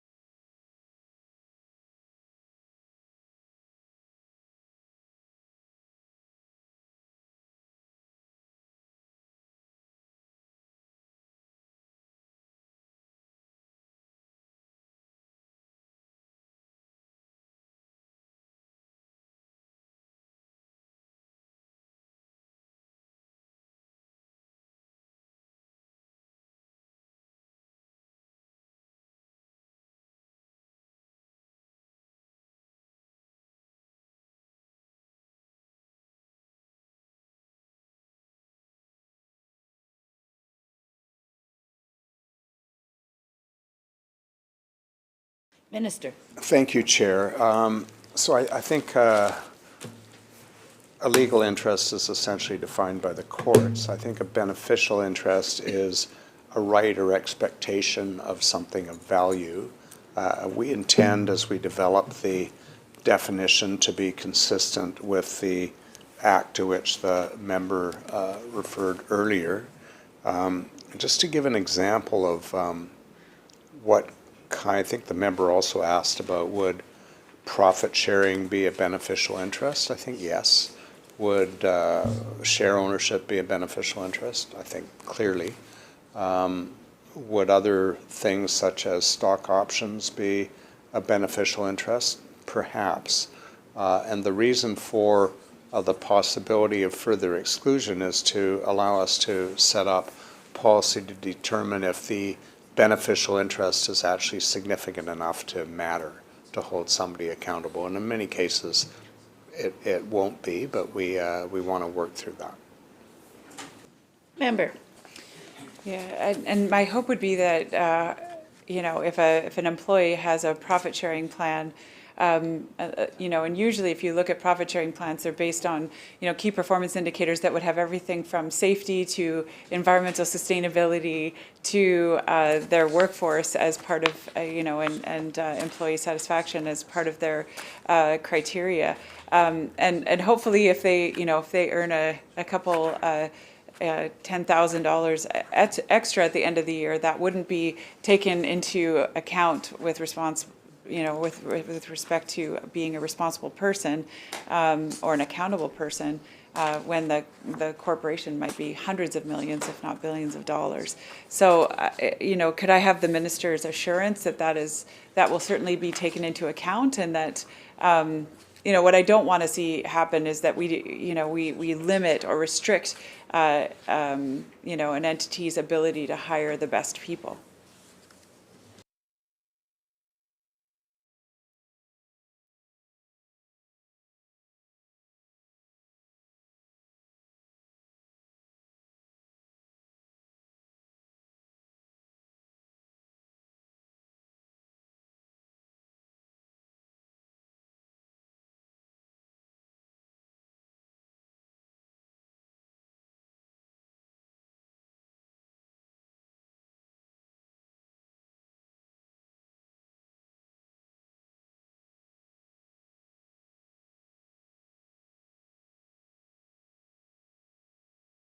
Minister.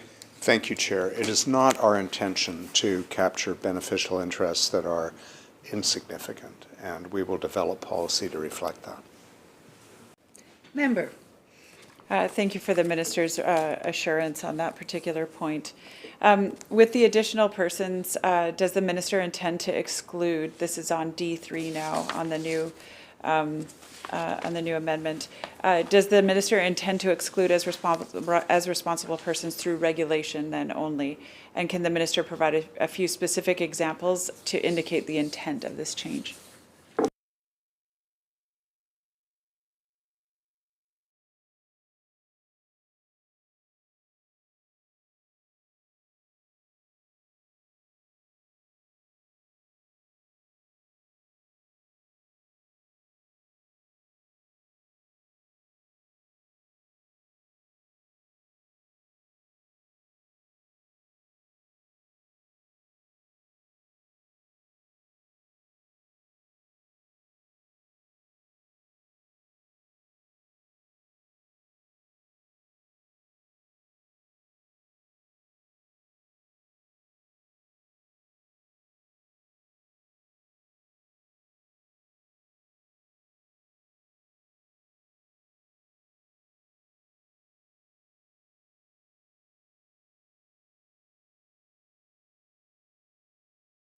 Minister. Thank you, Chair. We've already clearly excluded in the amendment to Clause 3 an employee who has no legal or beneficial interest in the profits resulting from the activities taking place at the facility. That part is clear. And then further, we say a person excluded by regulation, and that would allow us to develop regulation supporting policy that ensured that even though somebody had technically a beneficial interest, if it was insignificant with respect to the size of the operation or the size of the liability, we would not be wringing blood from a stone. Member.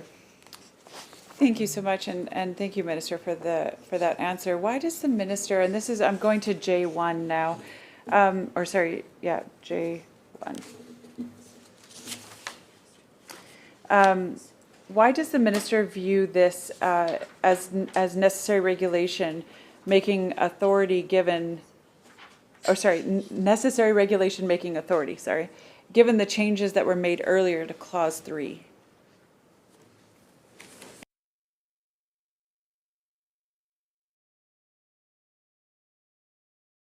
Minister. Thank you, Chair. And we actually had a lengthy discussion when we were developing the amendments, and we simply put it in for greater certainty. Seeing no further questions, shall the amendment pass? So ordered. Shall Clause 4 as amended pass? Member. So we're going more into the regulatory making authorities here. So what is the timeline for the development of each of these proposed regulation-making powers? And what will the process be, and will it include representatives from not only within government, but also industry, local governments, and Indigenous peoples?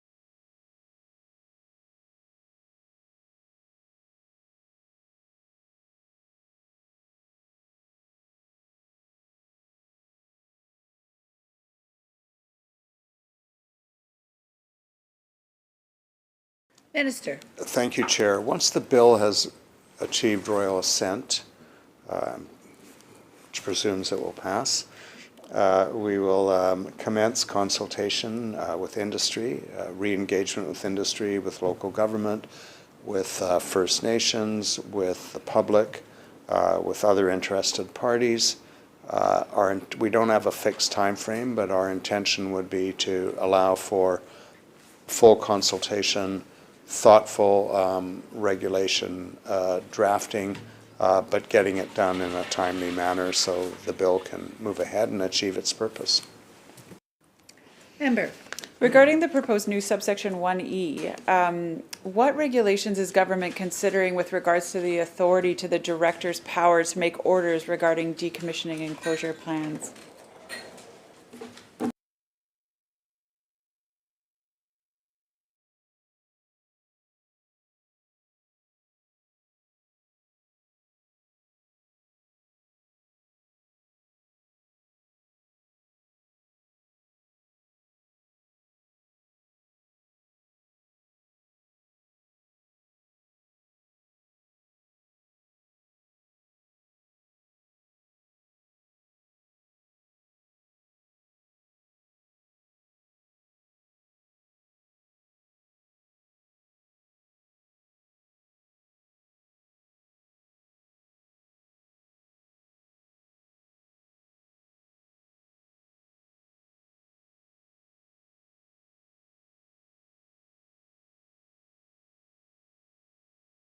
Minister. Thank you, Chair. It would simply be to give greater clarity and direction through regulation to the director on what should be considered in the content of decommissioning and closure plans, authorities with respect to the requiring of sureties, but also being clear around the boundaries of the authority of the director. Member. So what types of limitations may be necessary for this for the director that was just indicated boundaries, I guess is how the minister referred to it. And why is it that they're not laid out in this legislation?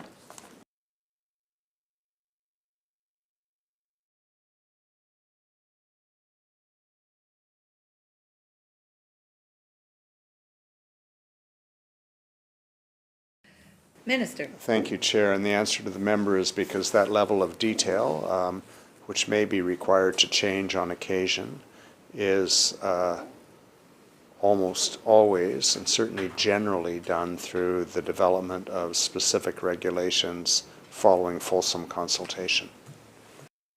Member. Could the minister provide a practical example just of how that might look, or how the director's authority might be anticipated to be limited or structured?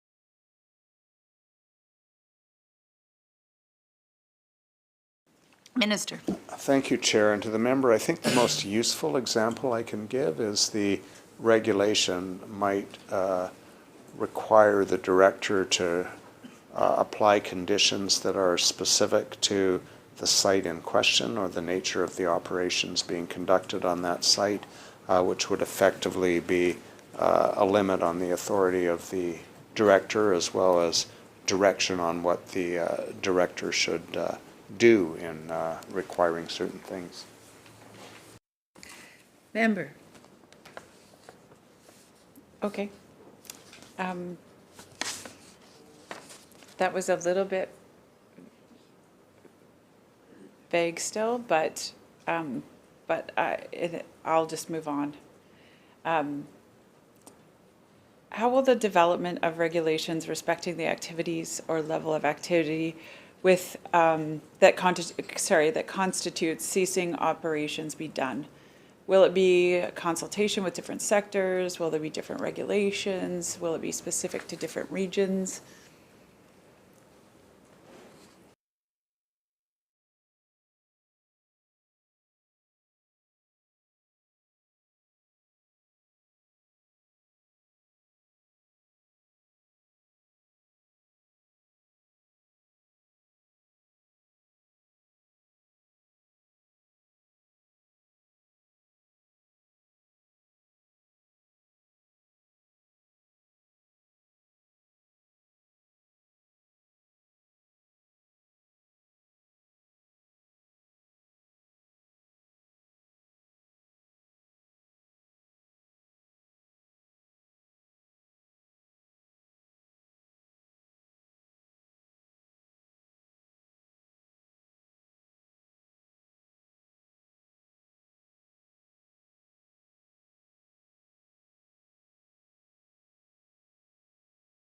Minister.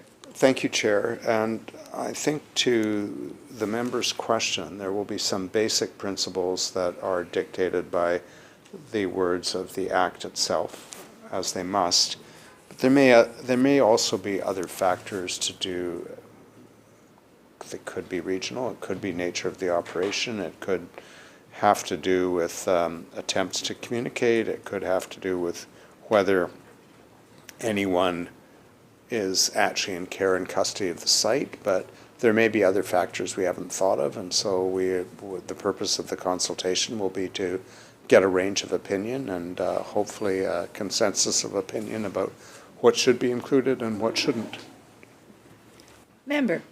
Could the minister provide some level of detail as to the preparation of decommissioning and closure plans? Will there be a standardized form for decommissioning and closure plans across all sectors, or are there going to be differences between each of the different sectors?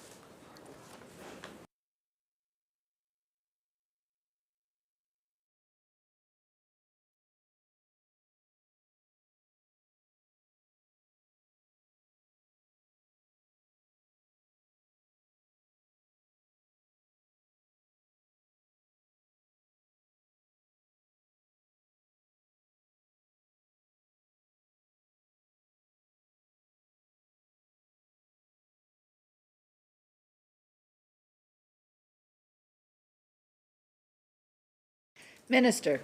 Thank you, Chair. I think it's reasonable to expect that there would be a common set of outcomes in terms of preventing adverse impacts to the environment or release of contaminants into the environment that would guide the development of decommissioning and closure plans. But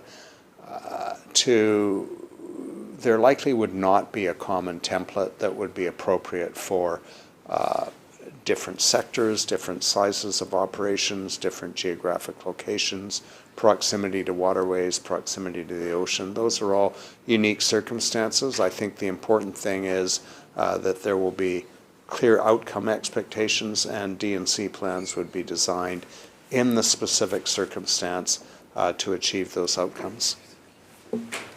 Member.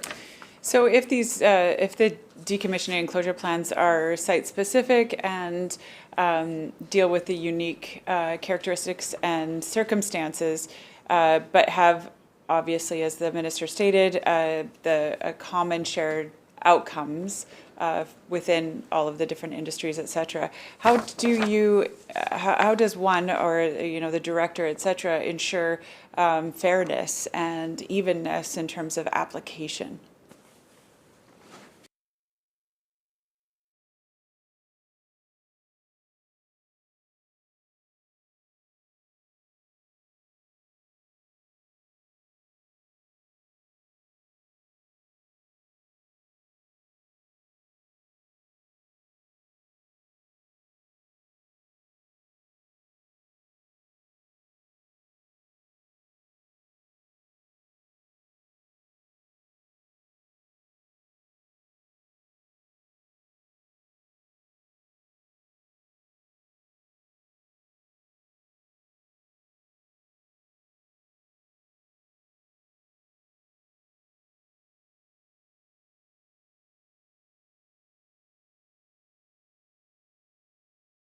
Minister.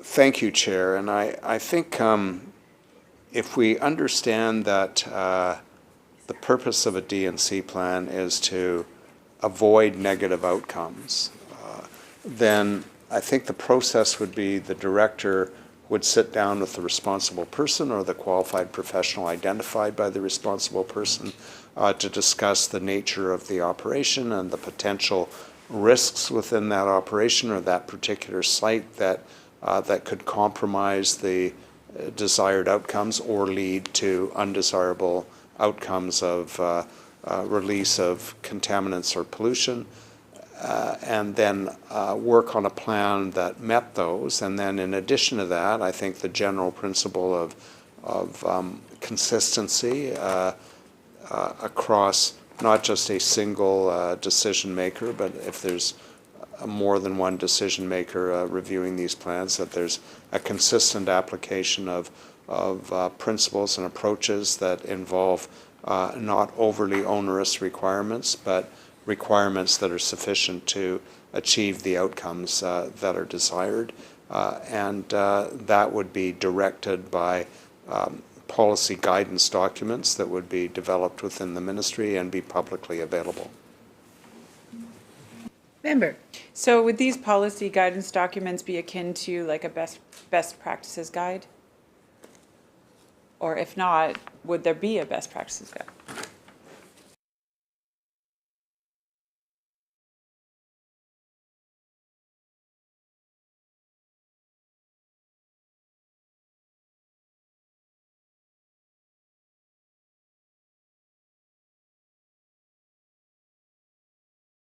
Minister. Thank you, Chair. And I think policy guidance documents are common throughout government and ministries in a number of instances where there is discretion for statutory decision makers, but we want administrative fairness to apply. I think, really, to the member's direct question, the purpose of a policy guidance document is, in fact, to outline what is best practice. Member. So what is meant by the requirements of for the certification of a decommissioning and closure plan, or the certificate of a part of a decommissioning and closure plan? Could the minister provide some practical examples regarding this?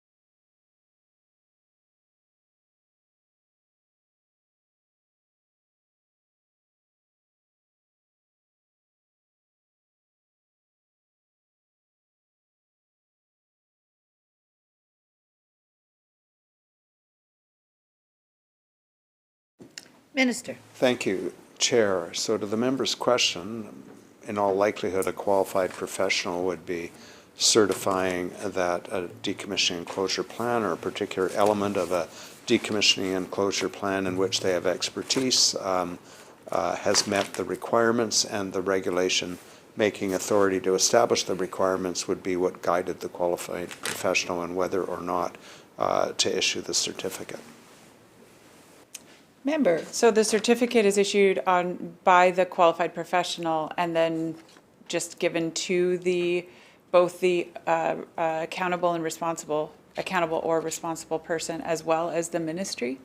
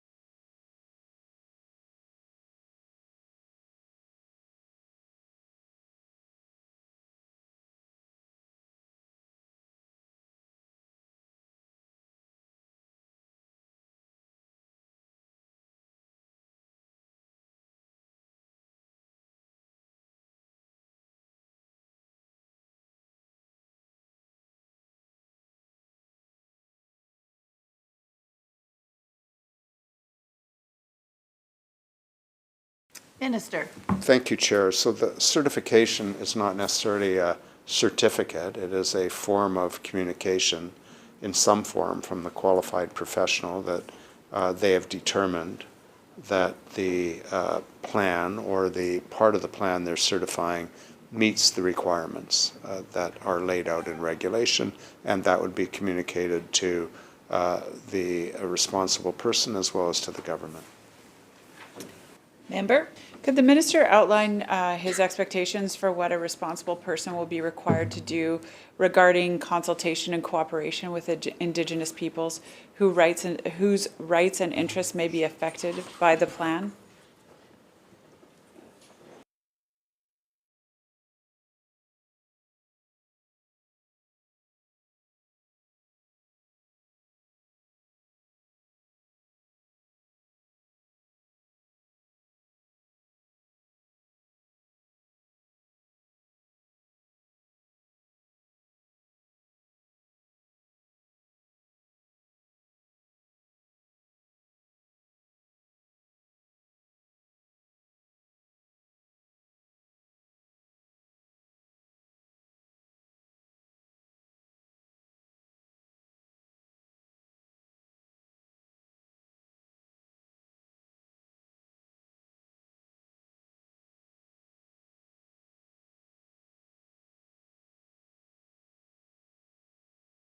Minister. Thank you, Chair. Well, this particular subclause reflects our commitment to the Declaration on the Rights of Indigenous Peoples Act, that legislation, particularly legislation that we are currently introducing or developing, aligns with the UN Declaration on the Rights of Indigenous Peoples. So the regulation itself, or the part of the regulation that is referenced here would likely be developed in consultation with Indigenous representatives, with First Nations, and clearly outlined for proponents about appropriate methods. In other words, not a quick phone call or a letter or here's what I'm doing, but meaningful consultation, an opportunity for an affected First Nation to get the information they need, have access to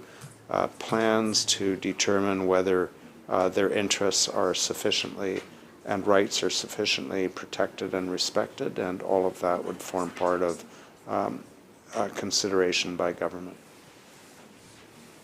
Member. So will Indigenous peoples be able to require changes to the plan, and will the responsible person be required to accept those changes? And could that override the qualified professionals' planning?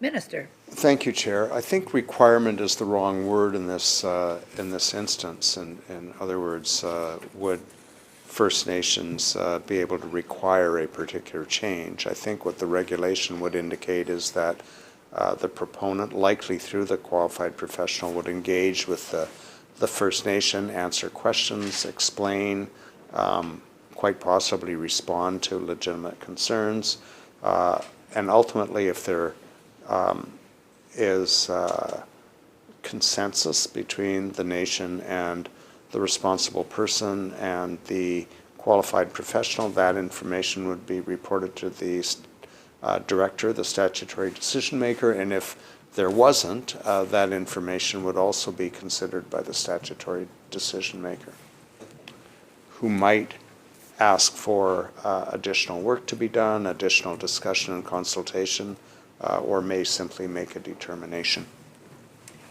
Member. Could the minister confirm, are there to be regulations regarding consultation and cooperation with Indigenous peoples after the preparation of a decommissioning and closure plan is complete?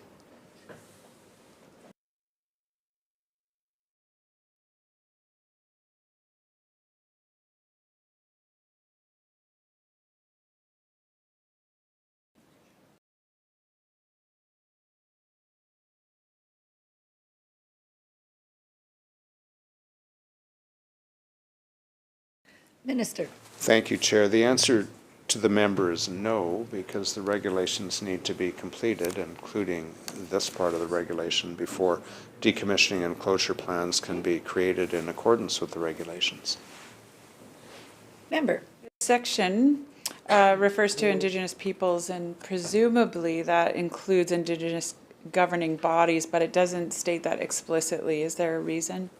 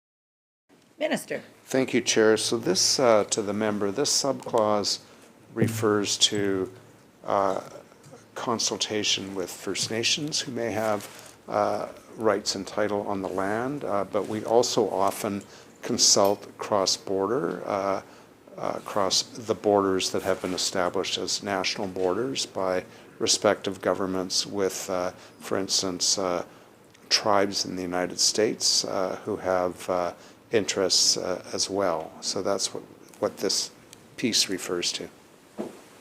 Member. So similarly, can the minister provide what his expectations are of a responsible person with regards to consultation with local governments during the preparation of a decommissioning and closure plan? And, I'll also ask specifically, why is cooperation or the word cooperation not included under the new 92(1)(g)(6)?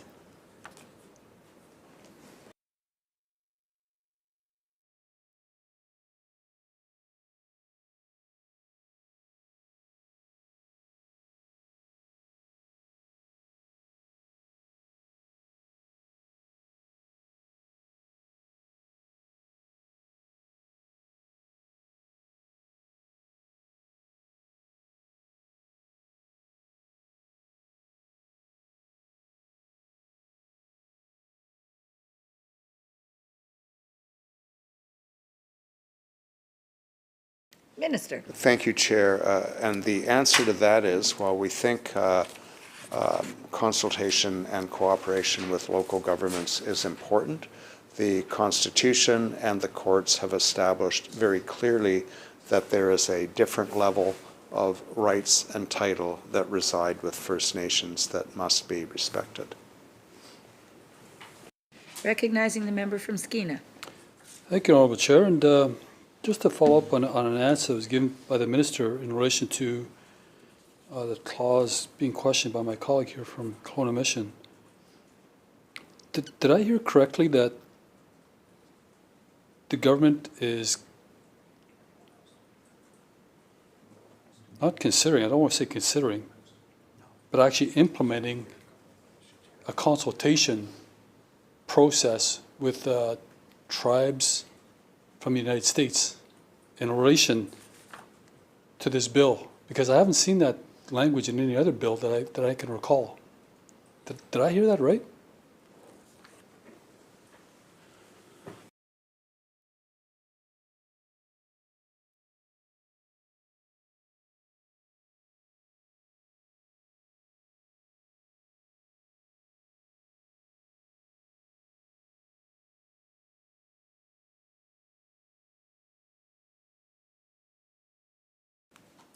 Minister.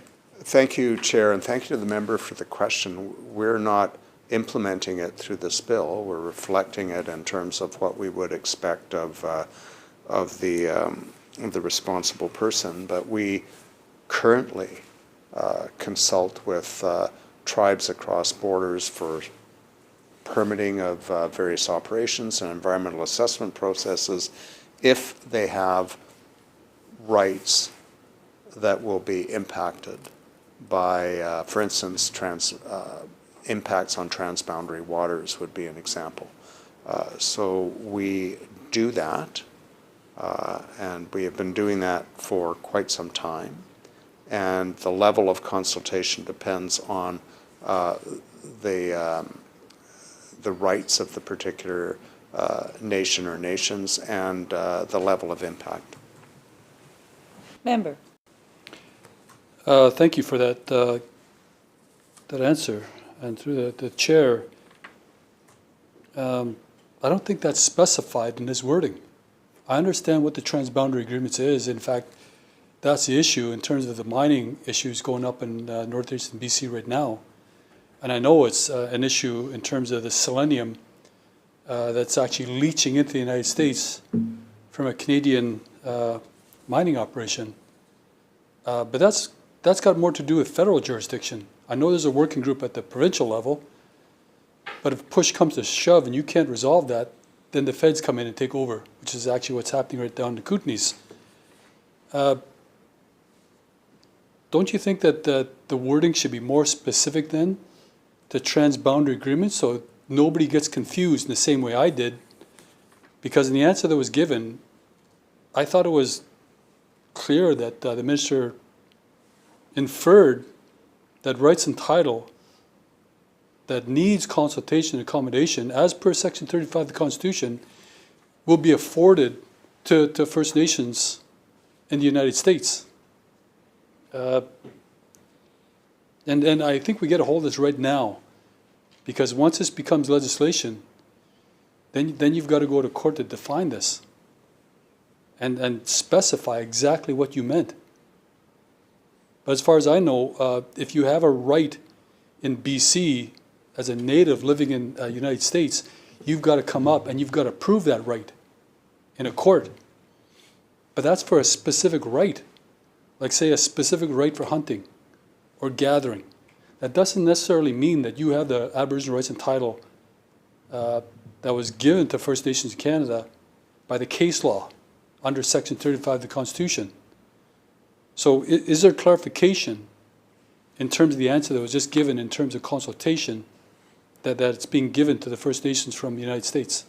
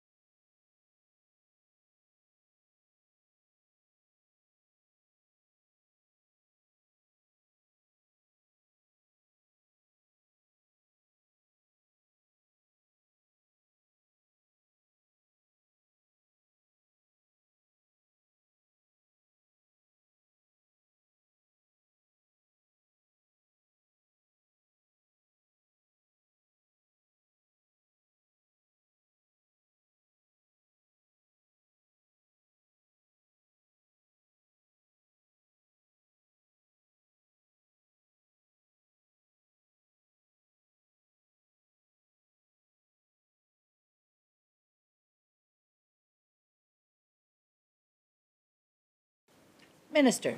Thank you, Chair. And the member is correct that Section 35 rights of the Canadian Constitution apply in Canada. Notwithstanding that, it has long been the practice of the government of British Columbia to consult with tribes who may experience impacts on transboundary issues, whether it is from mining or other operations. The context of this is we are talking about a requirement of consultation that the government of British Columbia, through regulation, will place on the responsible person to consult with First Nations in Canada and potentially with tribes in the United States, depending on the location or the impacts. We will get specific about that in the regulation, which will be developed in consultation with pretty much everybody. And what this clause does is enable that regulation to be written, or in fact require that it be written and that it deal with the specifics. But it's important to note that this requirement of consultation that will be outlined in regulation for the responsible person is a requirement that the government of British Columbia places on the responsible person, who will then provide information to the statutory decision maker about the result of that consultation, both in terms of any changes or guidance it gave to the development of the decommissioning and closure plan, and it will be obviously known by the statutory decision maker if the nations or tribes in question considered the consultation adequate or the result adequate. It is then the statutory decision maker who will make the decision for which government will be accountable for meeting the requirements of the Constitution by considering whether on the development of a plan that government is going to approve or not approve or require changes to met the requirements of the Constitution. Member? Thank you for that answer, Minister. And I agree, but this is an overarching document talking about consultation, and we haven't even covered accommodation yet. What you're talking about is delegating a responsibility to a third party, which according to case law, you can't do. You just said in the regulation, we'll talk about how the proponent will actually include this, and then the government will decide on whether or not that was honorable consultation. You can't delegate the honor of the crown in terms of consultation.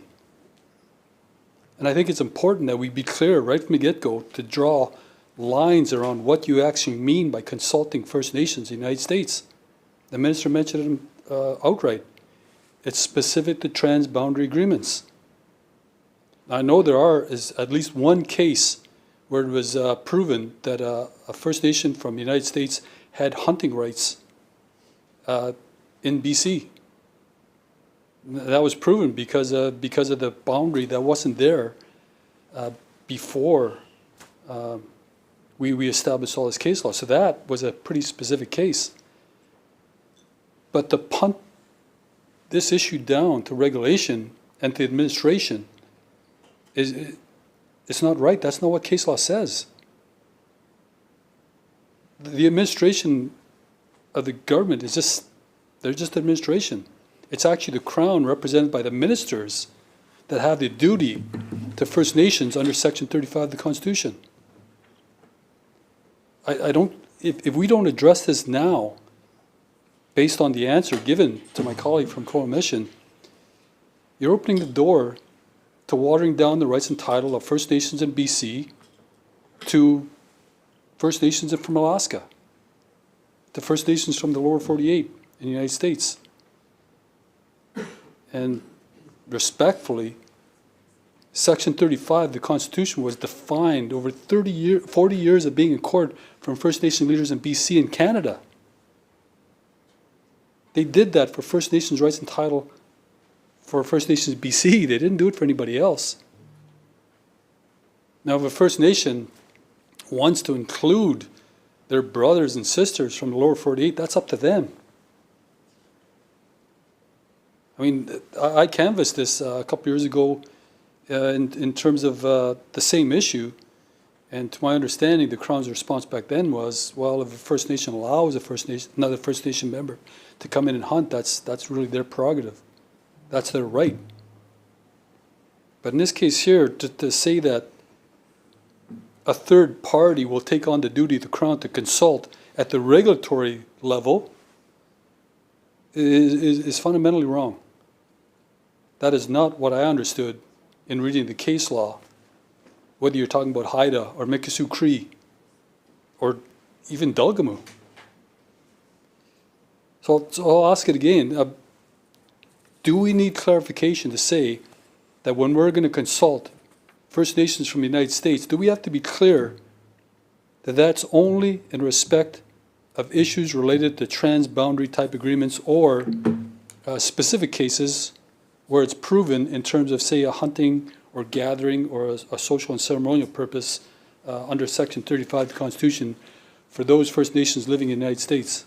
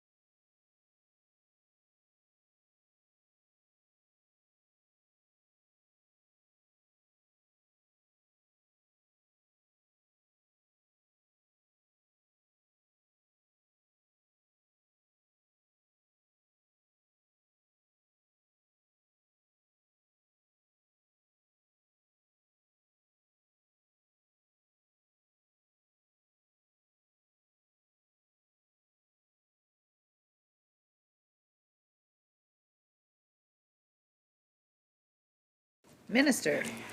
Thank you, Chair, and thank you to the member from Skeena for both the points and the questions. And I know the member is extremely knowledgeable, both from his perspective of studying legislation and court case outcomes, as well as living them, frankly. So I want to state clearly that we are not, as government, delegating our responsibility to consult with British Columbia First Nations through this legislation or through any future regulation. We're not intending to, and frankly, we can't. We can't delegate that responsibility. It's been established by the Supreme Court. We can't do it. We don't want to do it. That's not what we're doing here. But what we are doing is somewhat akin to what we set up, a process we set up in the Environmental Assessment Act 2018, which we developed in collaboration with the First Nations Leadership Council. And believe me, those discussions were exhaustive and took place over 10 months. And the outcome was, with the full support of the Leadership Council, was that we wanted proponents to engage with affected First Nations with rights and title and interests that could be impacted in British Columbia at an early stage to help inform the design of a particular proposal, rather than leave it to the end and end up in court without government having a full understanding of the interests and points of view and rights of the nations that would be impacted. We thought it was better to do it early, frankly, because we would avoid lengthy delays and litigation. And similarly in this, we want to be sure, and we want to set out through regulation, a requirement for responsible persons to engage and consult with First Nations in British Columbia early to ensure that concerns that they have are reflected in a decommissioning and closure plan, or if they're not, that the statutory decision maker will know about that clearly, so we can, as government, ensure that we meet our constitutional and legal obligations. The reason that we would consult with tribes on transboundary issues is not because they have rights and title that are in Canada that are akin to the Section 35 rights and title, or the rights under the DRIPA Act in BC that we have ascribed and know belong to First Nations in British Columbia. What we are trying to do, because they do have interests that courts will consider, is consult with them to avoid being sued by tribes in transboundary disputes or sued by the U.S. government on their behalf. And we will make that clear we will make those differences clear in the regulation, but I think and hope that you've heard my explanation very clearly today. The requirements for a decommissioning and closure plan are all pursuant to the Waste Discharge Regulation as well as the Environmental Management Act. But even if we wanted to, which we don't, we cannot delegate our responsibility to consult and expect for a minute that would stand a legal test or a moral test. Member. Thank you, Chair. And thank you to the Minister for basically repeating what I just said. But I do understand the issues around transboundary. And I think based on a previous comment from the Minister to my colleague from Colonial Mission, I think it's very important that we address that issue in this legislation now and don't leave it vague for a regulatory body to make the same mistake I did. Or maybe even a First Nation member from the United States to make that same mistake. I mean, right now, the Alaskan First Nations are basically using the transboundary agreement for exactly this purpose. And I do know that the transboundary agreement, in terms of the selenium issue down in the Kootenays areas, has been turned over to the federal government. It's been taken away from the provincial government's working group. And it's all because of the confusion around rights and title. I will take a quoted word from what the minister just said. The interests of a First Nation in the United States. I get that. In a transboundary situation, I get that. If the impact from a BC-led project is actually going over the border into the United States, I get it. You should not only consult First Nations down in the United States, you should actually consult the regulatory bodies and then the actual the states themselves, not just First Nations.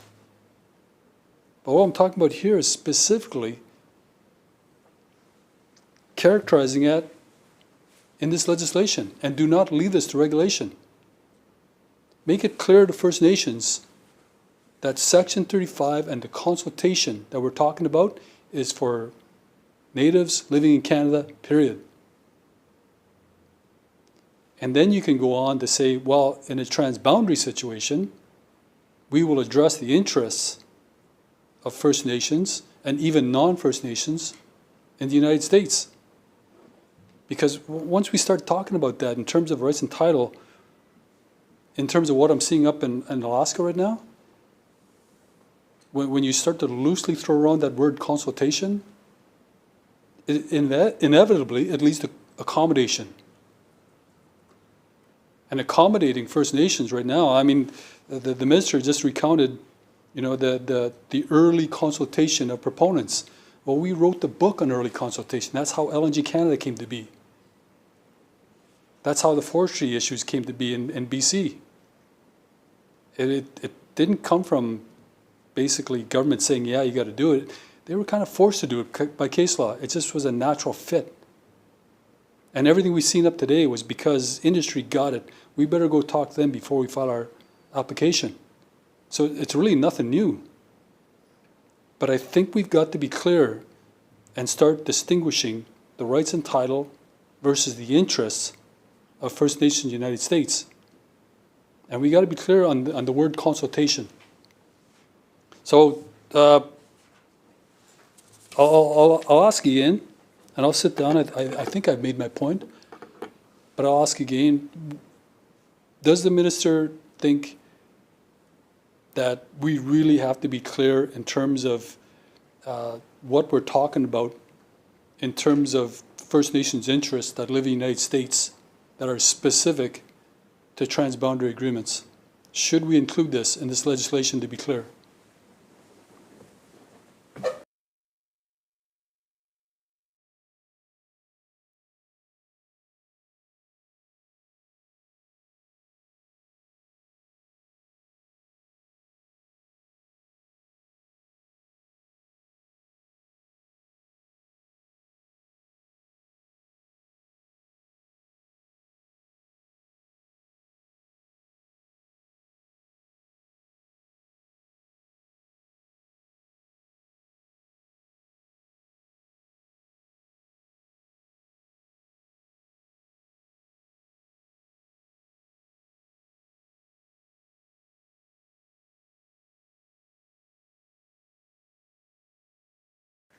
Minister. Thank you, Chair, and I appreciate the member's comments. I understand his concerns, but I will differ with the member slightly in terms of the cause of the federal government's interjecting themselves into the transboundary dispute in the Southeast. I think that was driven not just by tribes in the United States or even primarily by tribes in the United States. It was driven by state governments and state representatives to the federal government who pushed the U.S. federal government to, if you'll pardon the expression, make a federal case out of it. And we have what we have. This clause is an enabling clause as well as a requirement for us to develop a regulation that spells out what the requirements for consultation will be by the responsible persons. It does not delegate authority. That authority will still be government's authority through the statutory decision maker. I have been very clear about the difference between constitutional rights and title for First Nations in British Columbia and the interests, transboundary interests that could be impacted in some cases by a proponent on tribes in the United States. They are different. They have legal status in Canada for BC tribes. They, absent a contrary decision by the court, and there may be, as the member knows, other decisions that would impact that, but case law is clear. The decisions of the Supreme Court are clear. The DRIPA Act in British Columbia is clear, and I think the regulation is the appropriate place to spell out the differences, and to do that as we develop the regulation in consultation with First Nations in British Columbia, who are the ones we will consult about this particular regulation.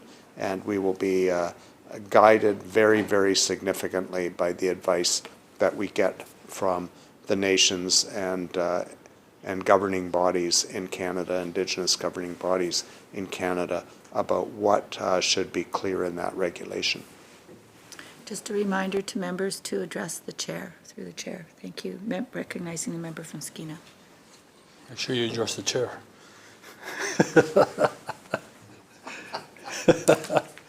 I agree with the minister in terms of how the legislature from the United States got involved, but initially it was First Nations, and that's what's happening in Alaska right now.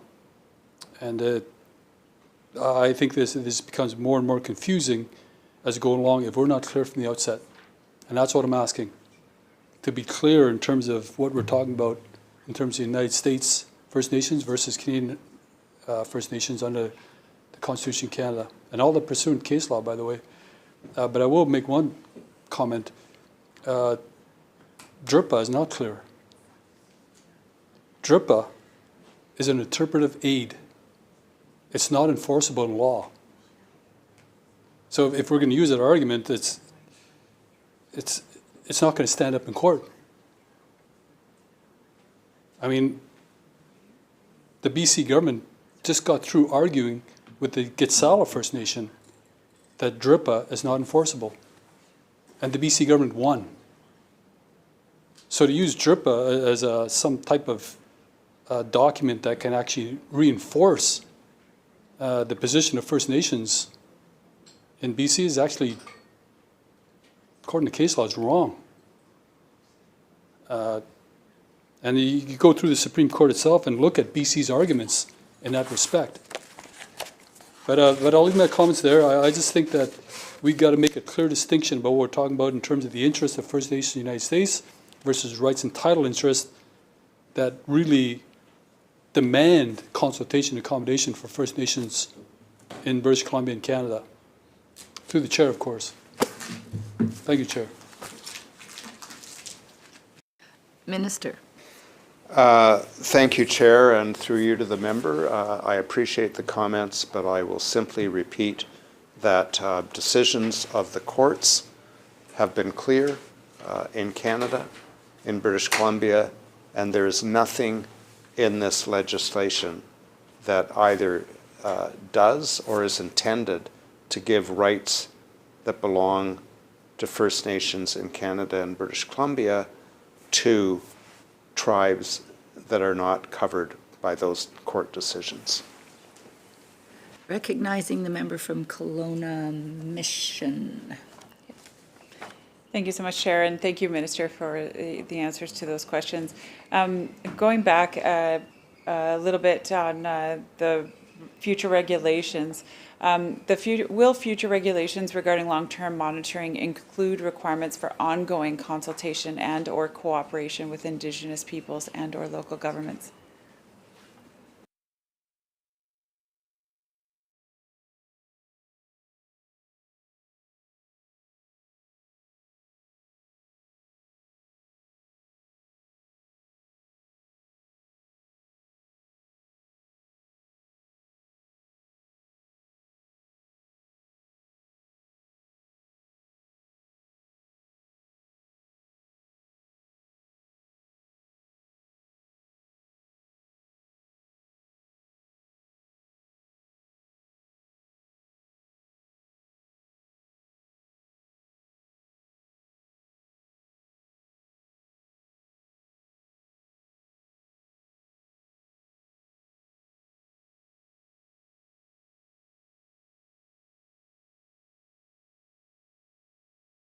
Minister. Thank you, one of the chairs. The decommissioning and closure plan development requires consultation with First Nations. And the content of the plan, including the requirement to include monitoring, will be guided by that consultation. In some cases, the nations may say that we want to be part of the monitoring, or we want to meet with the monitors, or we want to be updated by the monitors, and others may simply be satisfied by how the monitoring is laid out or standard requirements.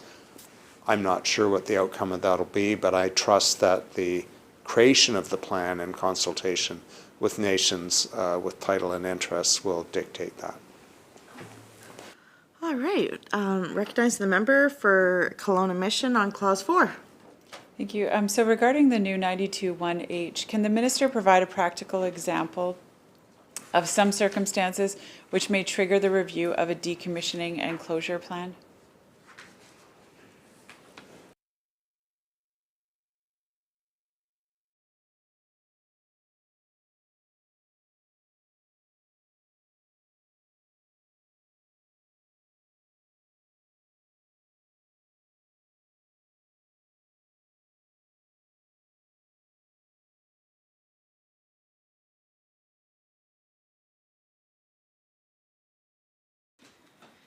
Minister. Thank you, Chair, and thank you to the member for the question. Examples might be a change in ownership, might be a change in scientific knowledge about the relative impact or toxicity of certain substances.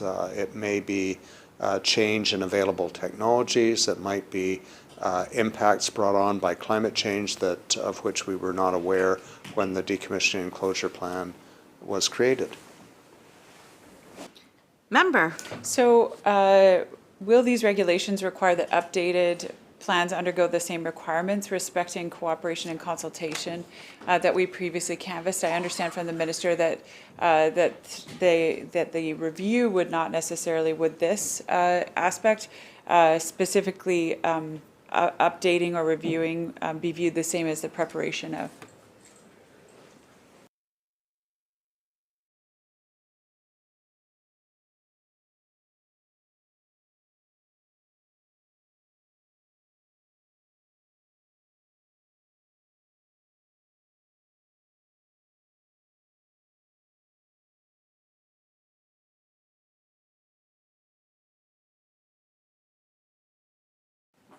Minister. Thank you, Chair. The answer is yes.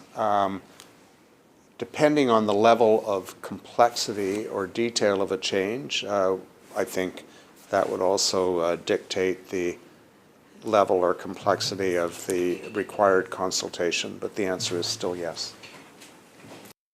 Member.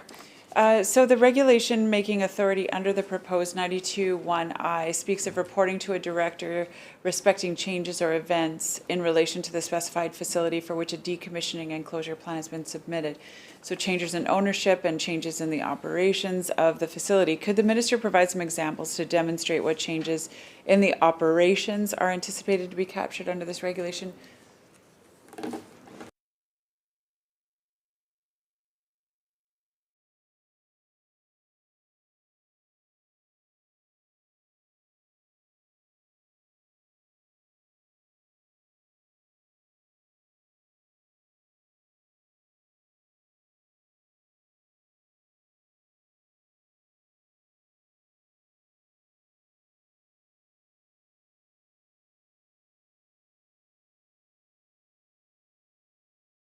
Minister. Thank you, Chair. It could be a change in the types of works being undertaken at the facility. It could be a general change in methods or technologies or operations generally. Member. Could the minister speak to what types of regulations will be brought forward under the proposed subsection 1J?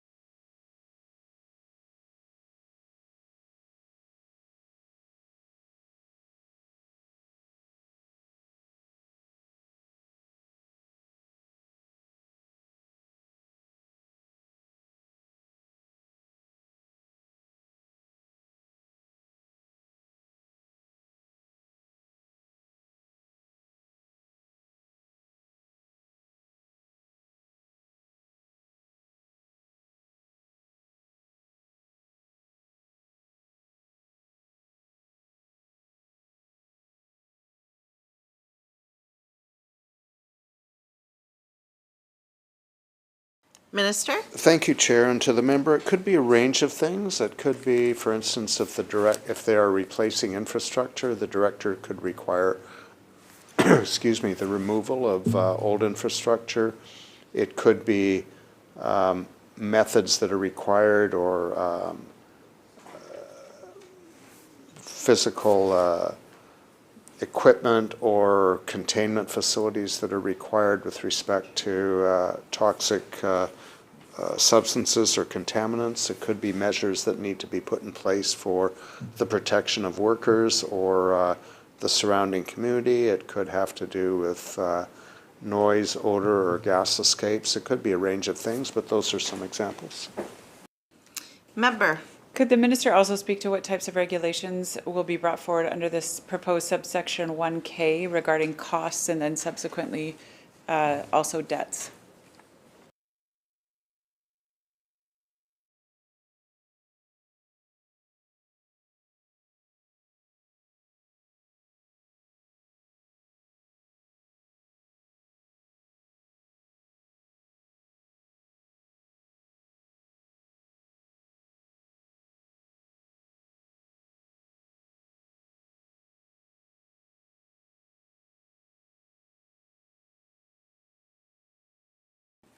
Minister?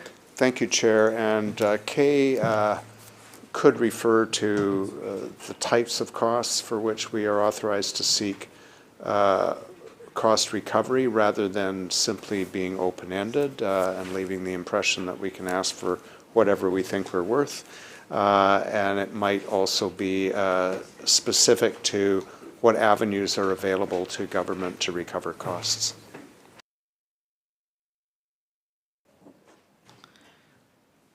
Recognizing the member from Kootenay East. Yeah, that's right. On clause 4. Thank you, Chair, and thank you to the Minister, through you, Chair. Just I'm kind of late to the party here a little bit, but I'm picking up some information here that I just needed some clarification on. Under this clause, is it, what I'm hearing is right, a proponent or a project that goes through environmental assessment, goes through all the bonding and consultation and everything goes along with reclamation after the mine's life or other project's life. This piece of legislation will then put that into question with other governing bodies or other agencies or First Nations that may have not been part of the environmental assessment in the first place. So is that, am I hearing that right? Is this bringing other proponents that weren't involved in EA originally?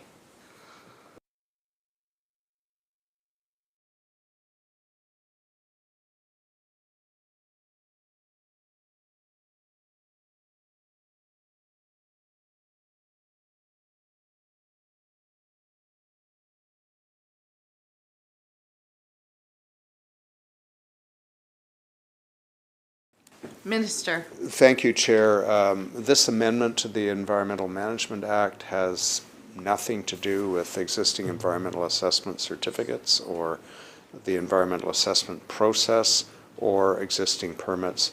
And it doesn't also cover sectors where, for instance, major mines, which have bonding requirements that are contained in different pieces of legislation.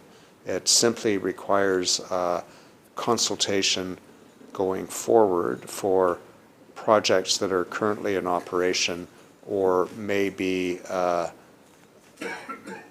in development, to develop decommissioning and closure plans and to consult with interested First Nations on the contents of those plans.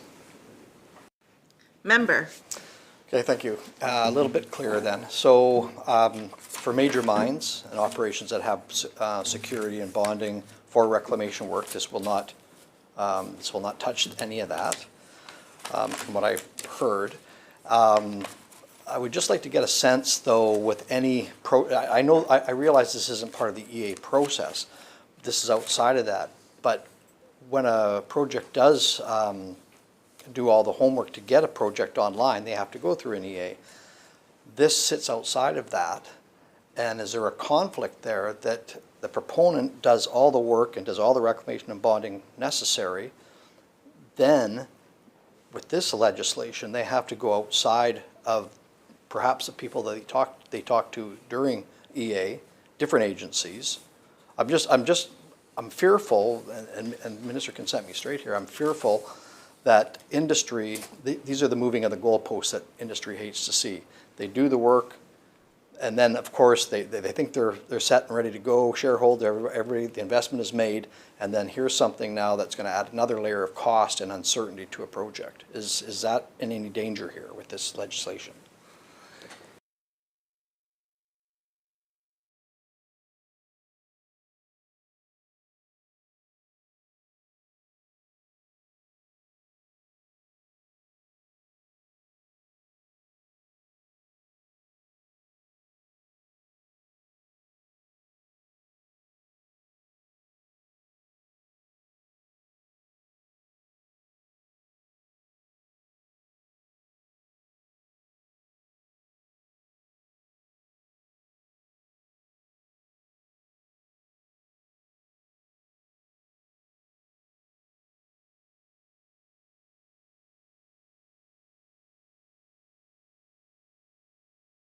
Minister. Thank you, Chair. I don't believe so, and the reason I don't believe so is currently, if a proponent receives an environmental assessment certificate, they then go on to various forms of permitting.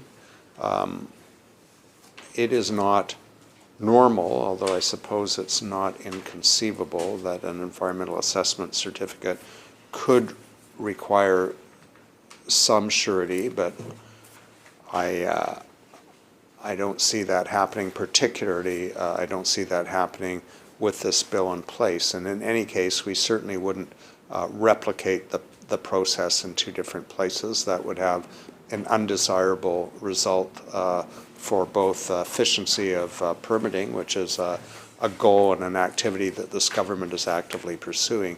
What I can tell you is that industry, with whom we've consulted extensively, support the principles and goals of this bill and look forward to working with us on through consultation on the regulation development to spell out exactly how it will be implemented. Member? Yeah, thank you. And thank you to the minister through you, Chair. The principles of the bill, as the minister said, is an honorable one. User pays. I don't think anybody's going to argue with that.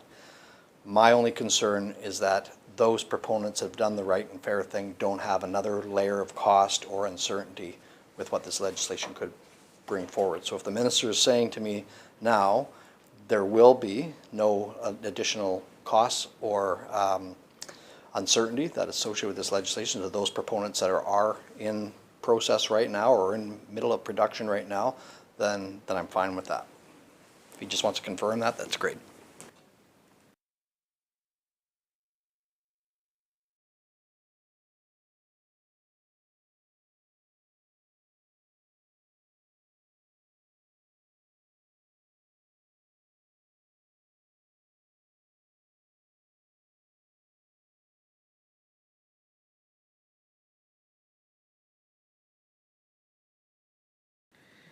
Minister. Thank you, Chair. I don't believe that that this bill will introduce any uncertainty for those operations that have not been required to put forth any kind of surety to ensure that decommissioning and closure is undertaken in a responsible way. There may be some cost in putting that surety forward, but without that, the alternative is exactly the opposite of the principle of the bill, which is leaving taxpayers on the hook. So that is the impact. Member. Thank you. Well, thanks to the minister for that question. Is that not the responsibility of the Crown or the ministry through the environmental assessment to ensure those bonds are in place for any project going forward? And why do we have to come back to another possible layer of cost? And the minister says no uncertainty, but with a layer of cost, possibly that would be an uncertain element. So the question to the minister, I guess, wouldn't those assurities, those certainties that come with reclamation or decommissioning be done through the environmental assessment program or assessment office, and if not, why not?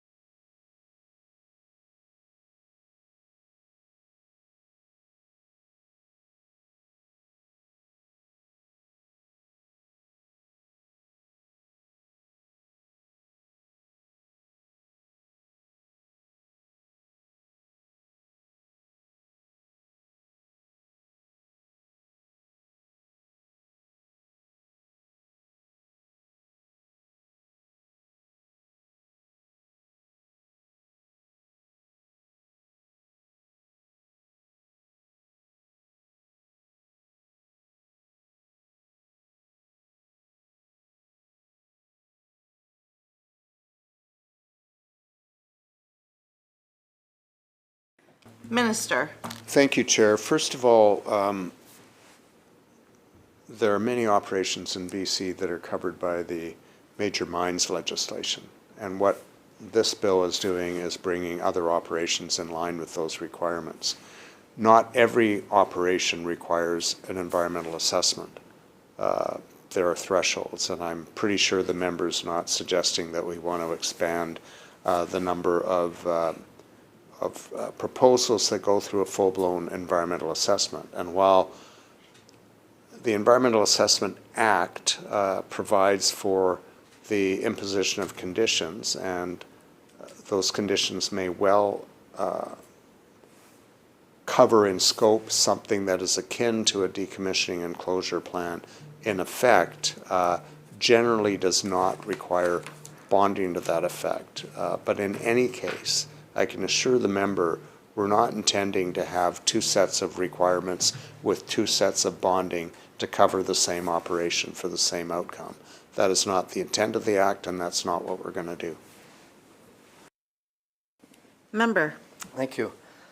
So then I'm misunderstanding something here, because I'm sure what I was hearing from the minister is that there will be security requirements through a decommissioning plan that needs to be put forward by a proponent or somebody that's in operation right now. And I think it's going back to 114 operations that may be in play right now. I'm getting that from my colleague here.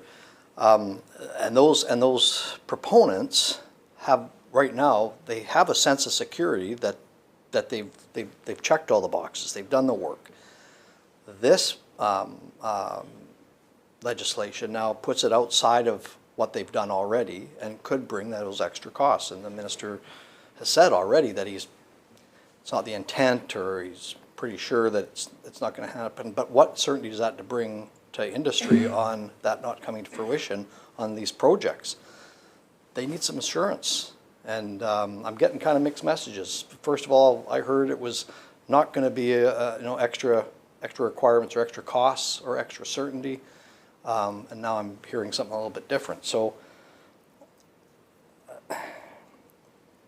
I've kind of run out of questions because I've asked them already, and I'll ask it one more time. Through this requirement now of these proponents is outside the environmental assessment. We've established that.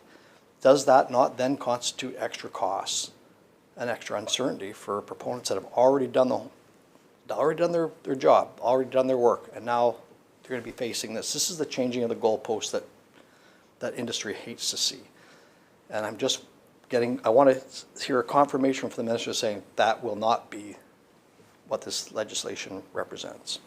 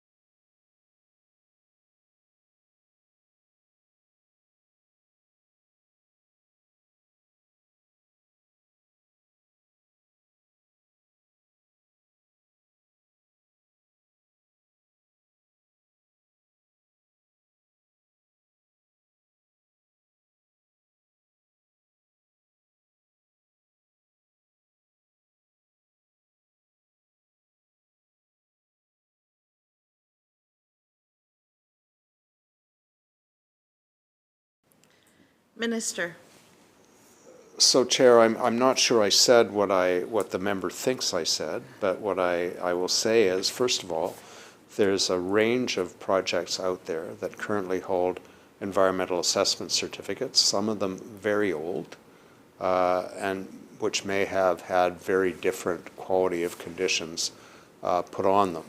There are now some of them may well have closure plans that were a required condition of the assessment certificate, in which case the lion's share of their work will have been done. They may have to consult with First Nations on meeting requirements of this bill once passed, but that is not surprising. Governments put new conditions based on new knowledge all the time.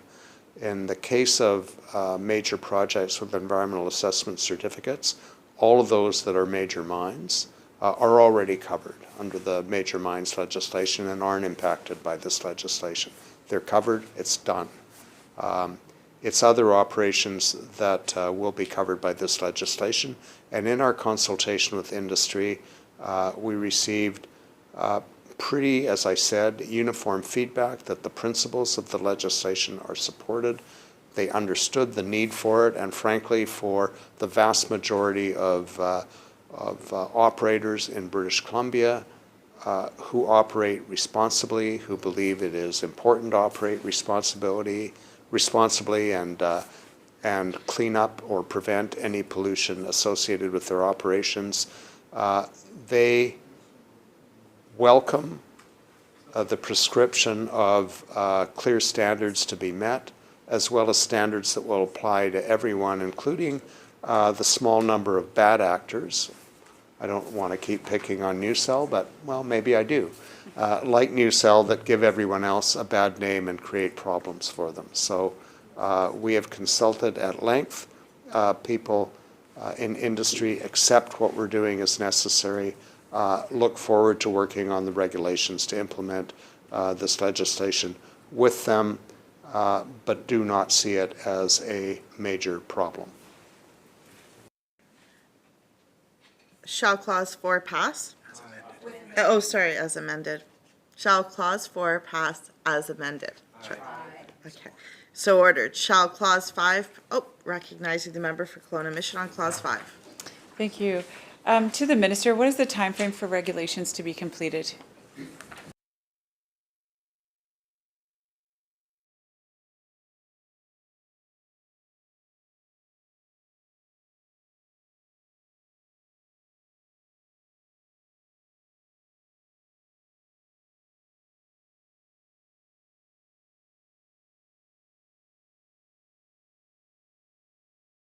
Minister. Thank you, Chair. I can't put a specific number of months or a time frame on the development of regulations, but our intent is clear. Once the bill is given royal assent, we intend to do a fulsome consultation, ensure that interested parties, including industry, that will have a lot of information about how to make this work efficiently, are consulted, that we meet our obligations to First Nations for consultation, and that frankly we do so in a timely manner so there is no uncertainty about what the impacts of the act will be. Member. So I'll just ask the minister again, could the minister put a range of timeframe on the consultation and the regulation developments that he's specifying today?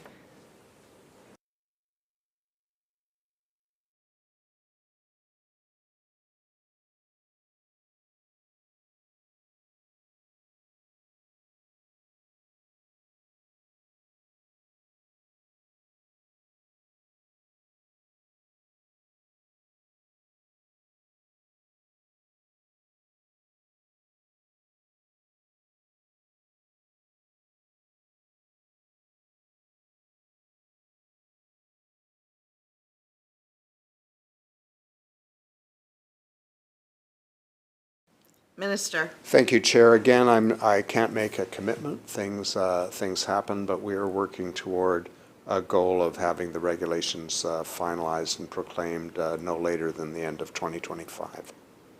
Sorry, just give me a sec.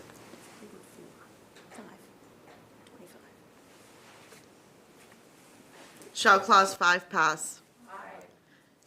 So ordered. Shall the title pass? Oh, member for Kelowna Mission Title's on gonna the title. pass. Title's gonna pass. I just want to say just a couple more things. That's all. Don't worry about the title. I'm gonna pass it. I have no power to not pass it. I think you heard from my colleagues as well as from myself today that, and over the course of second reading as well as throughout this committee stage, is that we're very supportive of the polluter pay principle. And we are very concerned about the environmental stewardship aspect that this bill affords. And so we want to support that and really laud that. We also are very, want to be eyes wide open on industry and the impact on industry, and to make sure that industry isn't disadvantaged.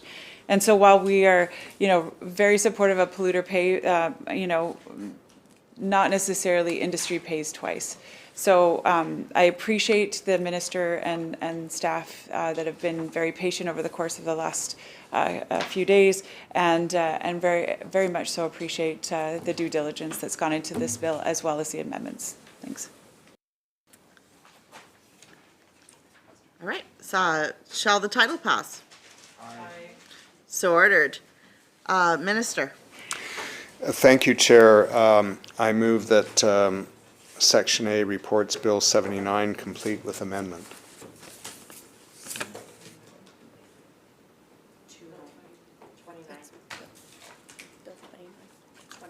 Bill 29, complete with amendment. Okay. All right. Okay, members, the question is that the committee rise and report Bill 29 complete with amendments. All those in favor, say aye. Any opposed? All right, this motion is carried and this committee stands adjourned.